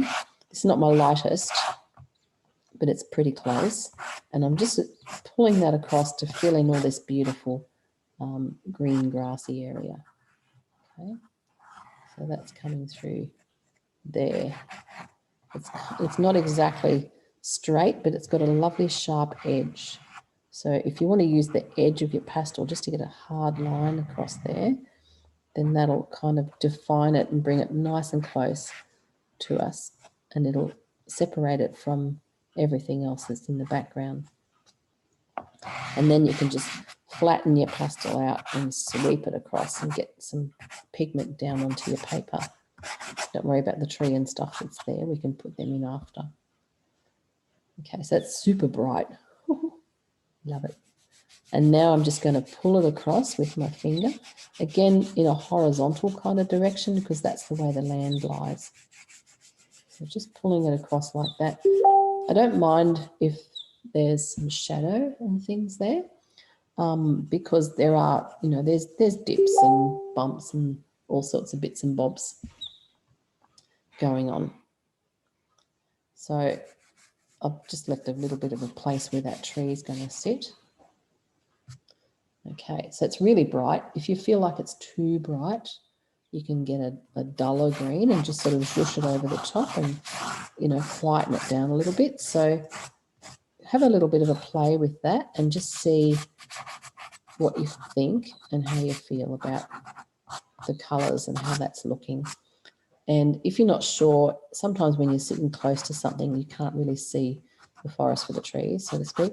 So, you know, maybe stand up and have a look from a distance. Hold it up, walk away. That always gives you a really good perspective if you're painting it to see how you're going. So what I'm looking at now is just the tones and the shadows in this area. So even though we put that lovely bright green down first, we can add other greens and colours to kind of change it up a little bit.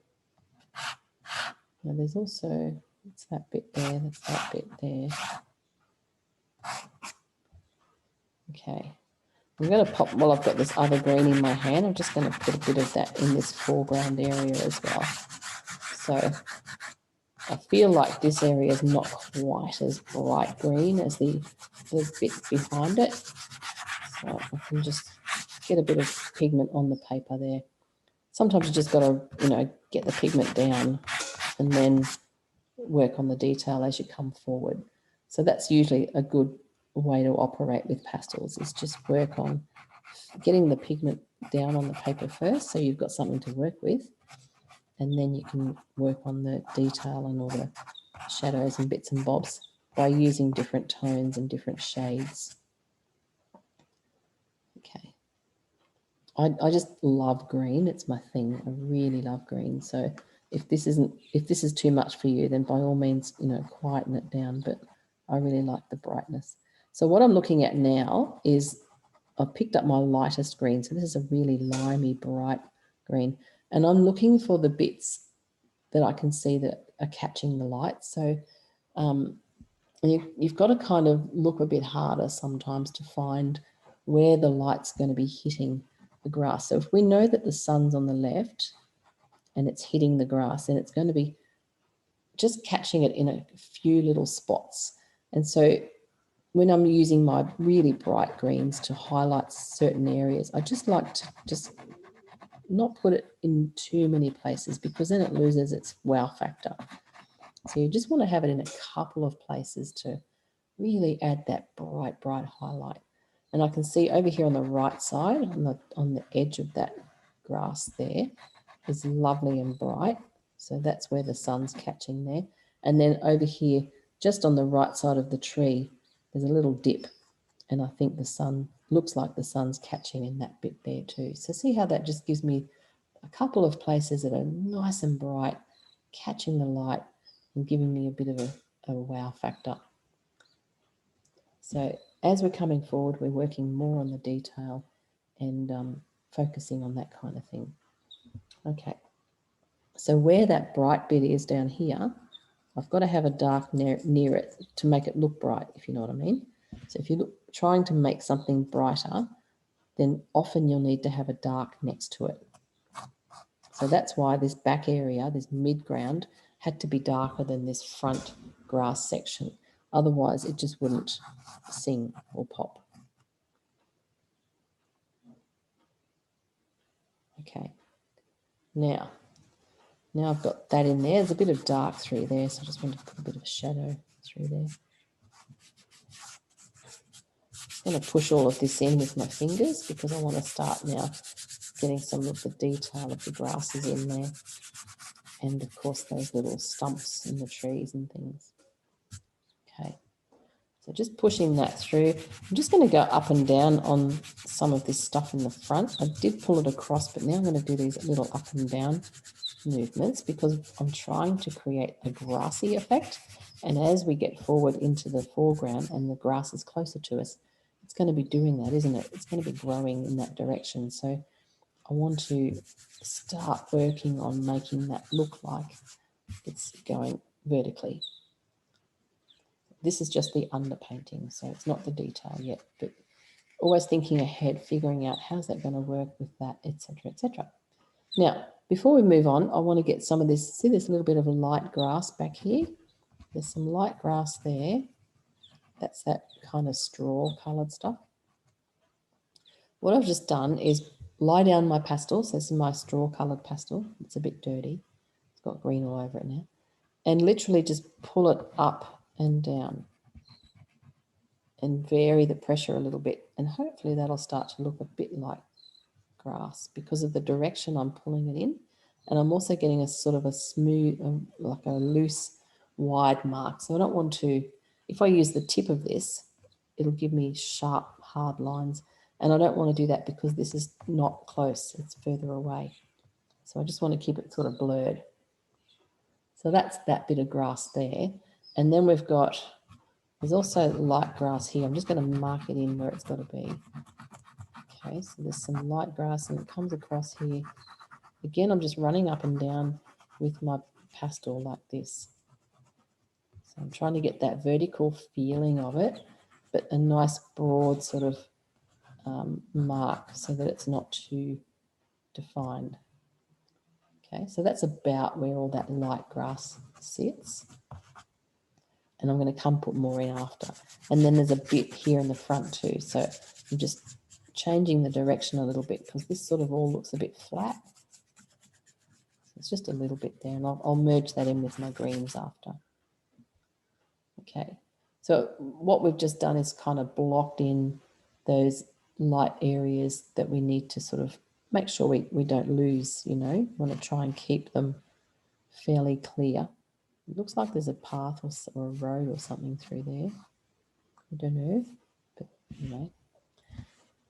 Okay, now, at the base of this grass, I've just noticed there's a little bit of shadow, so I'm going to pop a bit of my brown just across through there, lightly, and then softly pull it up with my finger. Okay, that'll do. And then down through there, a bit of shadow down through there too. So that might be a little path or a road or something that wanders off down there. And then in front of it, in this bit here, there's a bit more green. So I'm just going to pop it. Ooh, that's blue. Pop a bit more green, get my dark green back through there. And again, you can see I'm doing these little up and down kind of movements with the side of my pastel. So I'm trying to create that kind of grassy feeling without doing every blade of grass. Okay, and then there's a little line down through there as we go to that tree. And we've got more dark here. And I'm just going to zhoosh a bit of this dark green. I'm just going to put a little bit of that in the foreground here, because what we want to do is try to build up some of the dirt and the shadow underneath the grass that's here in the front. And I'm just kind of moving my pastel around, so I've still got it on its side, but I'm just moving it around in different directions, because this grass here is a bit messy. It sort of goes up and down, but it's running in different directions. So we did the base coat up and down to get the feeling of the structure of the grass, but now I'm just trying to kind of build up the shadows and the undergrowth. Cool. All right, let's get these trees going on.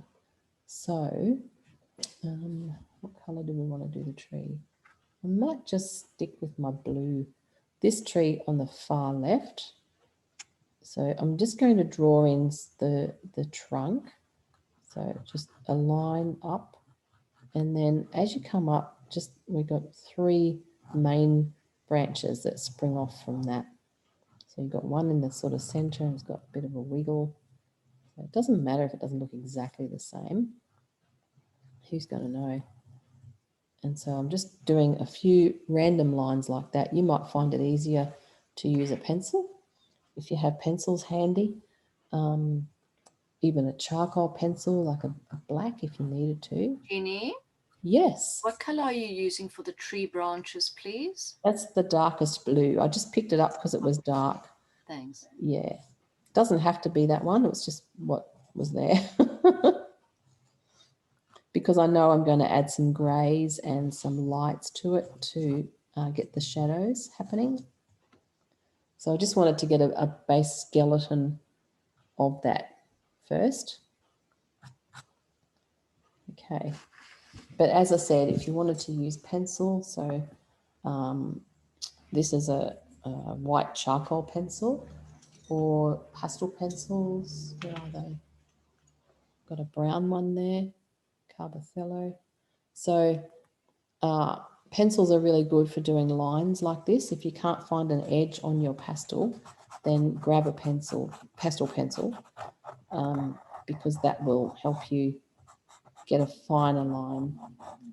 Pencils are really good for things like fur and hair and detail. Okay, so I've just kind of gone over some of that with the brown, just to kind of give it a little bit of variation in colour. So just because I used the dark blue doesn't mean you can't then add other colours over it. It was really just a base to start with. Okay. Cool.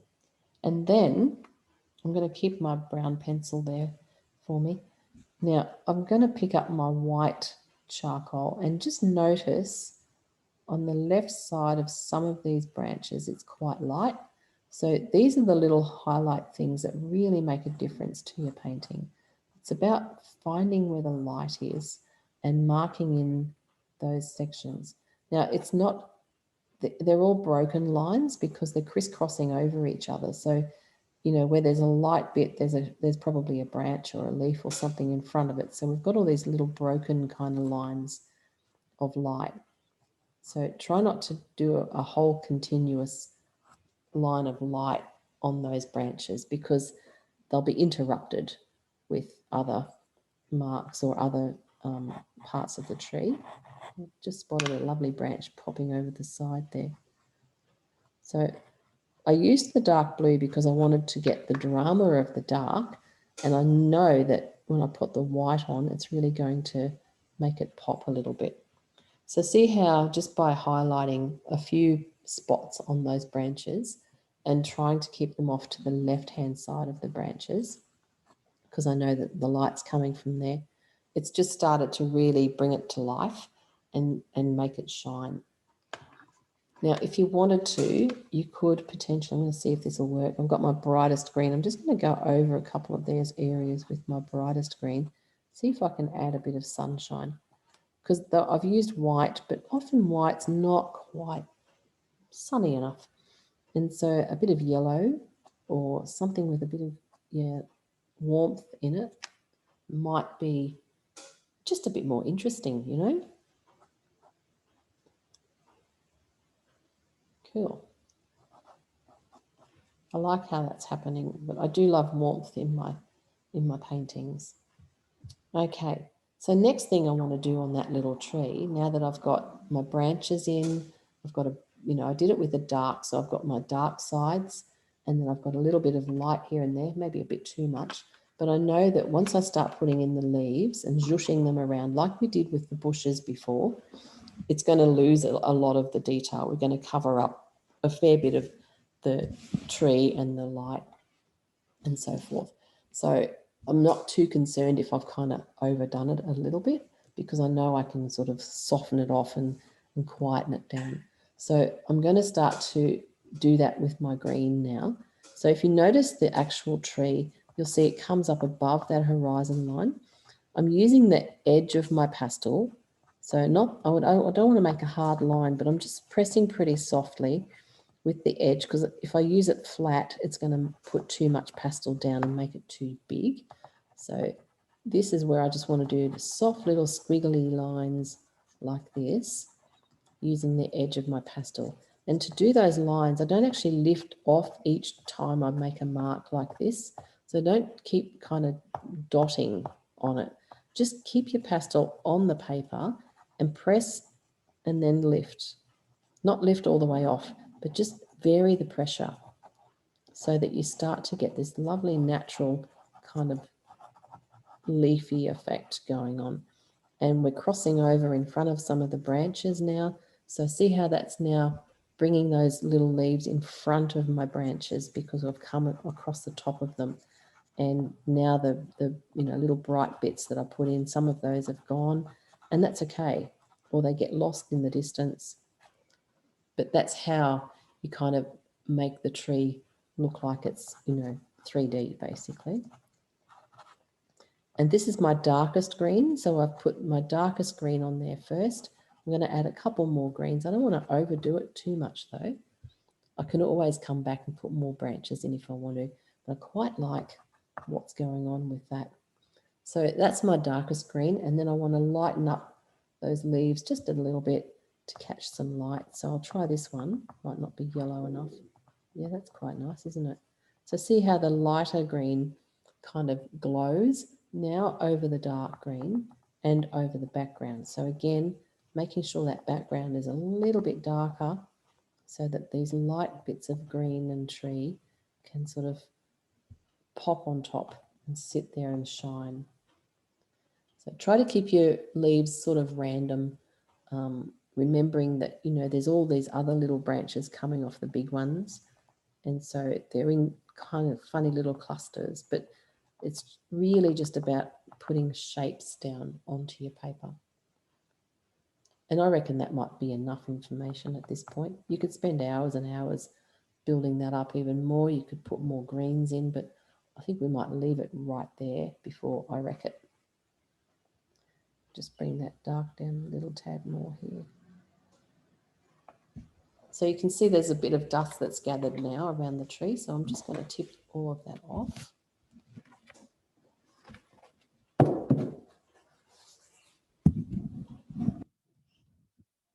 Lovely.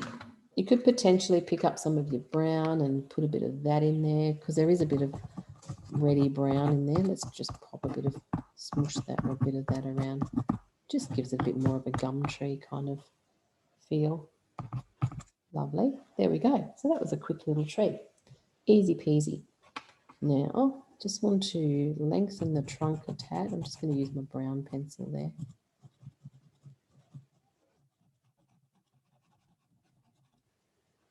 And then we've got a tiny bit of light grass just at the base of that tree. So I'm just going to put a bit of that in there too.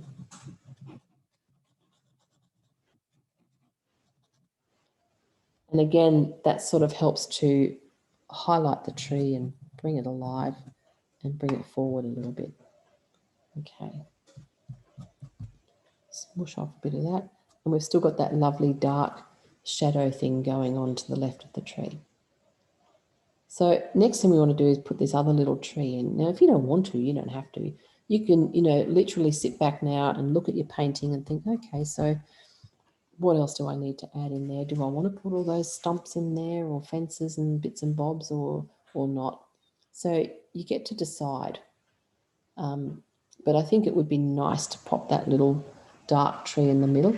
I don't want it right in the middle though, so I might move it over a tad, because I don't like having things smack in the middle. I think it's more aesthetically pleasing if things are slightly off to the side. So I'm going to put it about here, because I've lost my drawing, so I can't quite remember. I think it was about there. I know that it's just above this green grass area, so the height of it sits above there. It's dark enough that it sits out in front of everything, so it kind of is really obvious. So I'm just doing it in dark green, like that. And then I might pop some of that dark blue in there too, because I want it to be really dark. And it's actually, if you look closely, you can see it's really dark on the right side, and then a little lighter as it comes around to the left. So obviously the sun's catching that left side. And that, just because it's lighter on that side doesn't mean you have to use really light greens. You can actually still keep your dark green as long as your shadow side is a darker tone. So by that I mean you could add some brown and blue just to make it lovely and dark, and then keep that, see how that left side, even though I've used my darkest green, looks now lighter than the other side, because I've put my blues and browns into the other side and made it much darker. So that's kind of cool. And then I can pop a bit of tiny little bit of shadow on the right side of the stem there. So again, that indicates, you know, where the light is. And there's also a bit of shadow, so it must be casting a shadow as well onto the grass down through here. Can you see through there? It's like a little dark area off to the right. My tree's crooked. The nice thing about pastels is they're very forgiving. So for instance there, I've made the tree a bit crooked. So what I do is come in with my background green and just cover up that little bit of tree trunk. So now it looks like it's straight again. And I can pop a bit of my light background green in through the leaves and create some what are called sky holes. That's a bit more interesting. The other thing I just spotted was some little fence palings down there. So if you wanted to, you could get your little pencil, a darker one maybe, or even a bit of charcoal. Let's try that. And just do a few little, tiny little lines like that that might indicate a bit of a fence. Okay, so everything is just a shape or a suggestion. It doesn't have to be, you know, in any great detail. So that makes it a bit more interesting, I think, rather than just a tree in the middle of the field. If you have a bit of a fence there, it kind of says, okay, that's, you know, there's more going on here. So it creates a bit of interest, and that's nice. Okay, so just tiny little marks to indicate fence posts, don't have to be any great detail. And shadow on the right of the tree, just so that it's casting a bit of a shadow onto that grassy area there. Lovely. Now we'll move on and do these tree stumps. So I don't know that I like that big one there in the foreground and on the angle. I think it's a bit distracting. I'm just covering it up in the picture. Not sure. I quite like these ones here though. So there's one, I'm just doing this with charcoal, just marking it in. There's one about there. And then there's another one here. It's on a slight angle. Now, if you wanted to, you could turn this into a fence. You actually can do whatever you like. We'll put everything in as it is.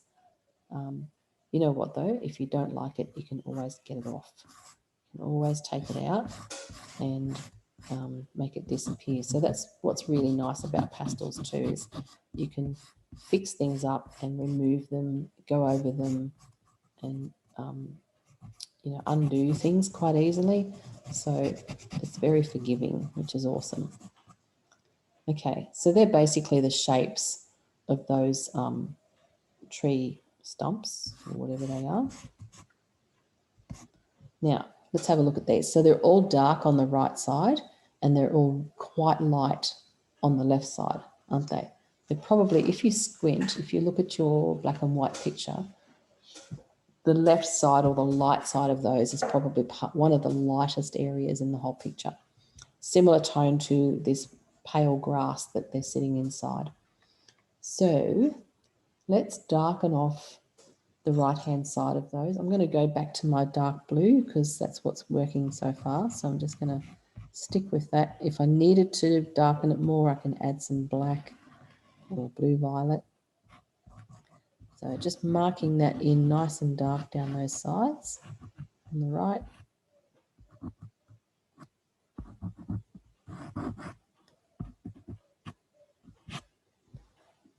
Okay. And there's also some grey in these. So remember I picked up grey earlier because I said, oh, there's some grey in those trees or fence posts. So I'm going to pop some grey in there. So this, I haven't used grey yet. Probably should have put it somewhere else. But we can pop that in there. Again, just sort of in the middle area or on the rightish side. And then we'll pop the light back over there. Lost my screen. There it is. Okay, so just a bit of grey. If you can get a bit of the texture in there, see on this one, this big one that's leaning over, it's got quite a bit of texture in there, darks and lights, different shapes. So you just sort of draw a few lines on in random places.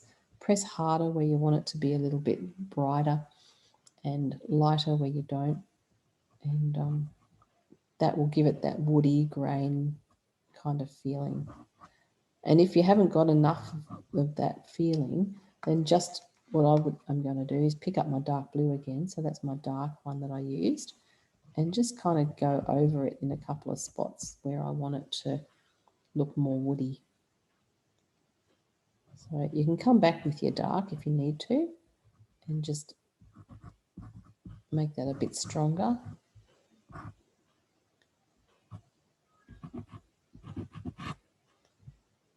Running down through there. Quite nice, really. Cool. So now we need to lighten those up because we know the sun's shining on them and we need to get a bit of bright back in there. I'm going to go straight to white, knowing that if I kind of push it around a little bit, it's going to blend with the colour underneath and not be too bright. And if it is too bright, we can always quieten it down again. Oh, that's nice. So now I've done that, you see what's happened now? I'm looking at these going, oh, I love what the white's doing on that. It's really making it pop and shine. It's giving it that gorgeous texture. And I've just pressed light in a few spots and then heavier in other spots where I want it to be real bright.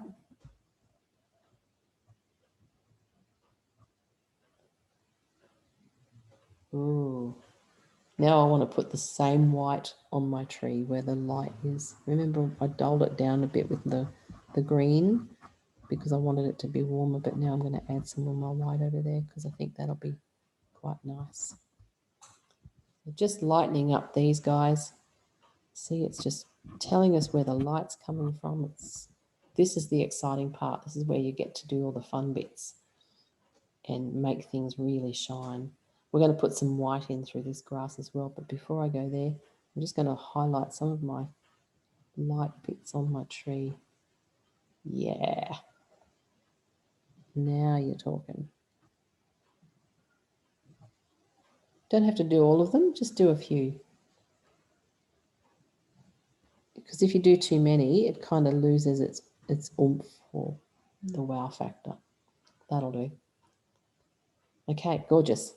Now, while I've got white in my hand, I'm going to zhoosh it around in here because obviously if there's light coming through here, it's catching on the grasses as well.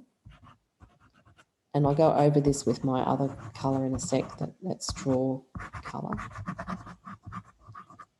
I just want to get a bit of shine happening through there. See that? It kind of ties it all in together then, doesn't it? I'll put a bit of that down in here too. Quite light here in the front. Okay. So now we've got some white in there. I'm going to come back over that with my straw colour, and then we'll come forward and do this grass that's in the front. So this is my straw colour, so I'll come back in with that. There's a little bit of shadow and stuff through that too. Maybe I need to add a bit more dark in through there. I'll do that in a sec. Just build this up a little bit thicker.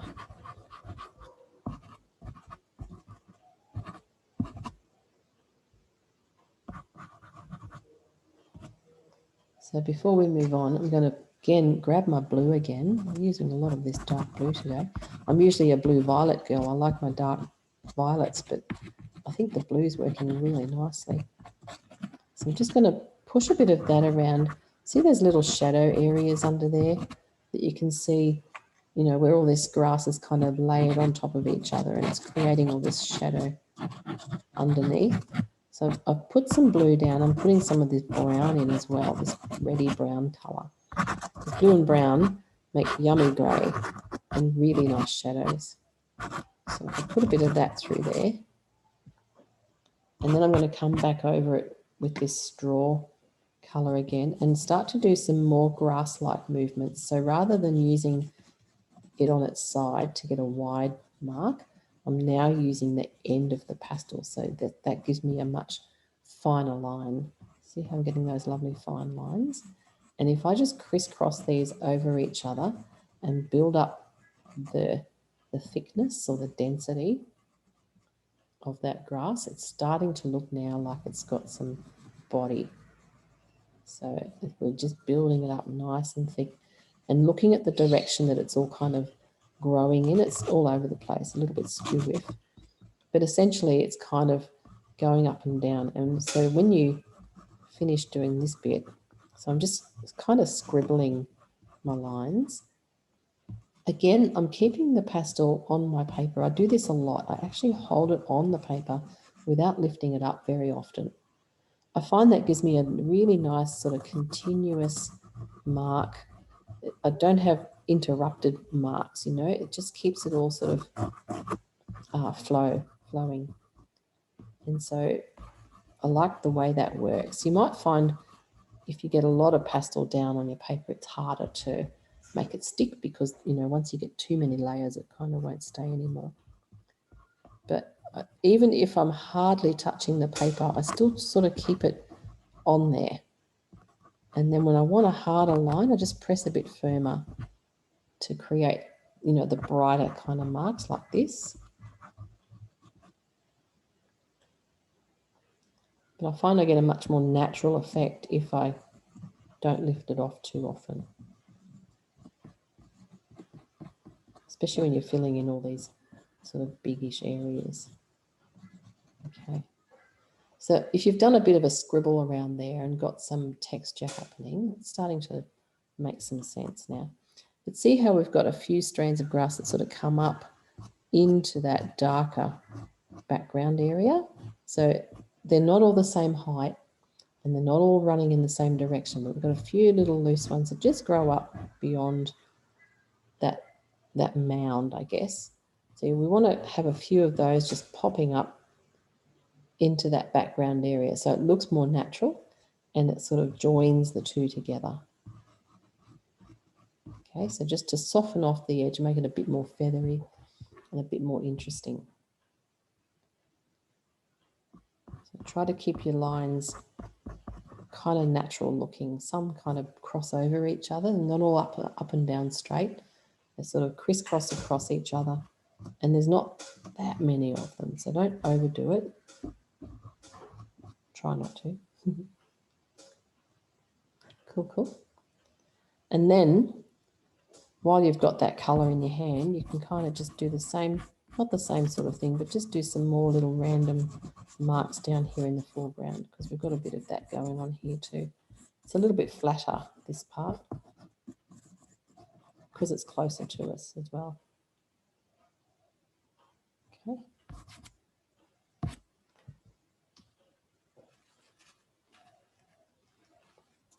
And then I want to just get a bit more grass into this foreground area here. So this is my mid green. It's not my brightest, lovely limey one. It's kind of a mid grassy green. It's a good base. We've already got some dark green down on there. We put that down a bit earlier. So now I'm just going to pop in this mid colour and fill up this area here a little bit more.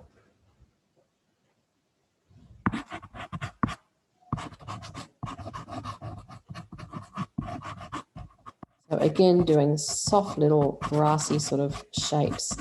I've got the pastel on its side because I just want it to be a bit blurry at this point. And then I can go back over that and harden up some of the lines and sharpen them up again and make them a bit crisper. And that'll bring it again closer to us. So now I've got all of that in there. We've got the dark green underneath, so it's looking quite nice. Bit of depth going on. And then just a few little loose marks. So using the edge of your pastel to get that harder line, just putting a few harder marks down to indicate the grass. See how those little lines are just bringing it closer now.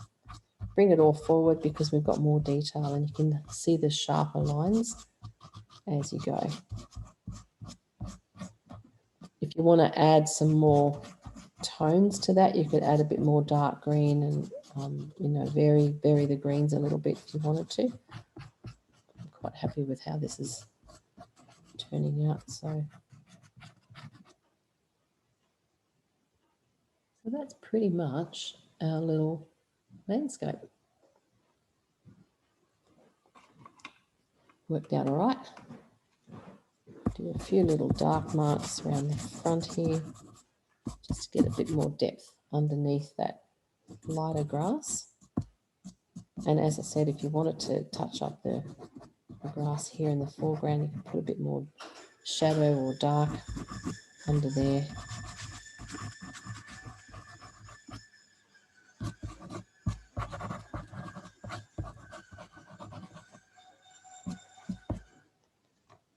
Like that. So I think that's working out quite nicely. I might just get rid of, there's a little blob of dark here. See how I can just get rid of that with my background colour and make it kind of disappear into the background. So when you get to this point, you might want to have another look at it and just refine a few bits and pieces. I can see now maybe I need a bit more brown in those hills at the back there, just round through here. But basically, you can pretty much do what you want to do. You can add whatever colours you want to add. So what's happened is, you know, we've got this lovely, beautiful blue sky sunny day, this gorgeous little bank of clouds sitting in the sky just above the hills. We've got this soft, blurred, distant mountains far off, or ocean, I don't know, whatever that is, doesn't really matter. And then as we come forward, we've got more definition in our landscape. There's probably a few bits of grass and things that I might have needed to put back in over here just to separate some of those tree clusters. But essentially, we've got all our little trees there in the middle ground coming forward. And of course, you could do more around there too if you wanted to give them more definition if you wanted to. You don't have to. And I'm just going to brighten up this little section here just a tad so that it comes forward from that other row of trees on the left there. So these are the little things you can kind of just run around and touch up as you run around your picture when you get towards the end of it, you know, and just refine things a little. The nice thing about pastels is that they don't dry out. You can leave this till tomorrow or next week or next year, come back and clean it up or, you know, finish it off. So, yeah, whatever you need to do. And then I just want to make sure that this line here is really defined because that's going to bring that forward from everything else, like that. There we go. So it's all in layers. Landscapes are in layers. And when you sort of get your head around that, figure out what colours work in what areas. And then, you know, things that are further away are always softer and often purples and blues and muted colours. And then as you get closer to your foreground, you get much brighter. Having said that, though, I feel like I need to maybe brighten up some of this just because it is in the foreground. So you could go back in here and just lighten up some of those grasses so they look like they're really up close to us. We were driving at the time, so it's slightly blurred. And then, of course, when you're done, don't forget to sign your painting, either with charcoal or pastel. Just got to find a pencil or something. There's a black one, that'll do. So put your name on there and send me a photo of your painting because I would love to see how you went. And I hope you've had a great day. I hope you've enjoyed doing this one. As you know, or probably know, I do enjoy doing the landscape. It's my favourite thing to paint. So thanks for indulging me. And I look forward to seeing you next time. Bye for now.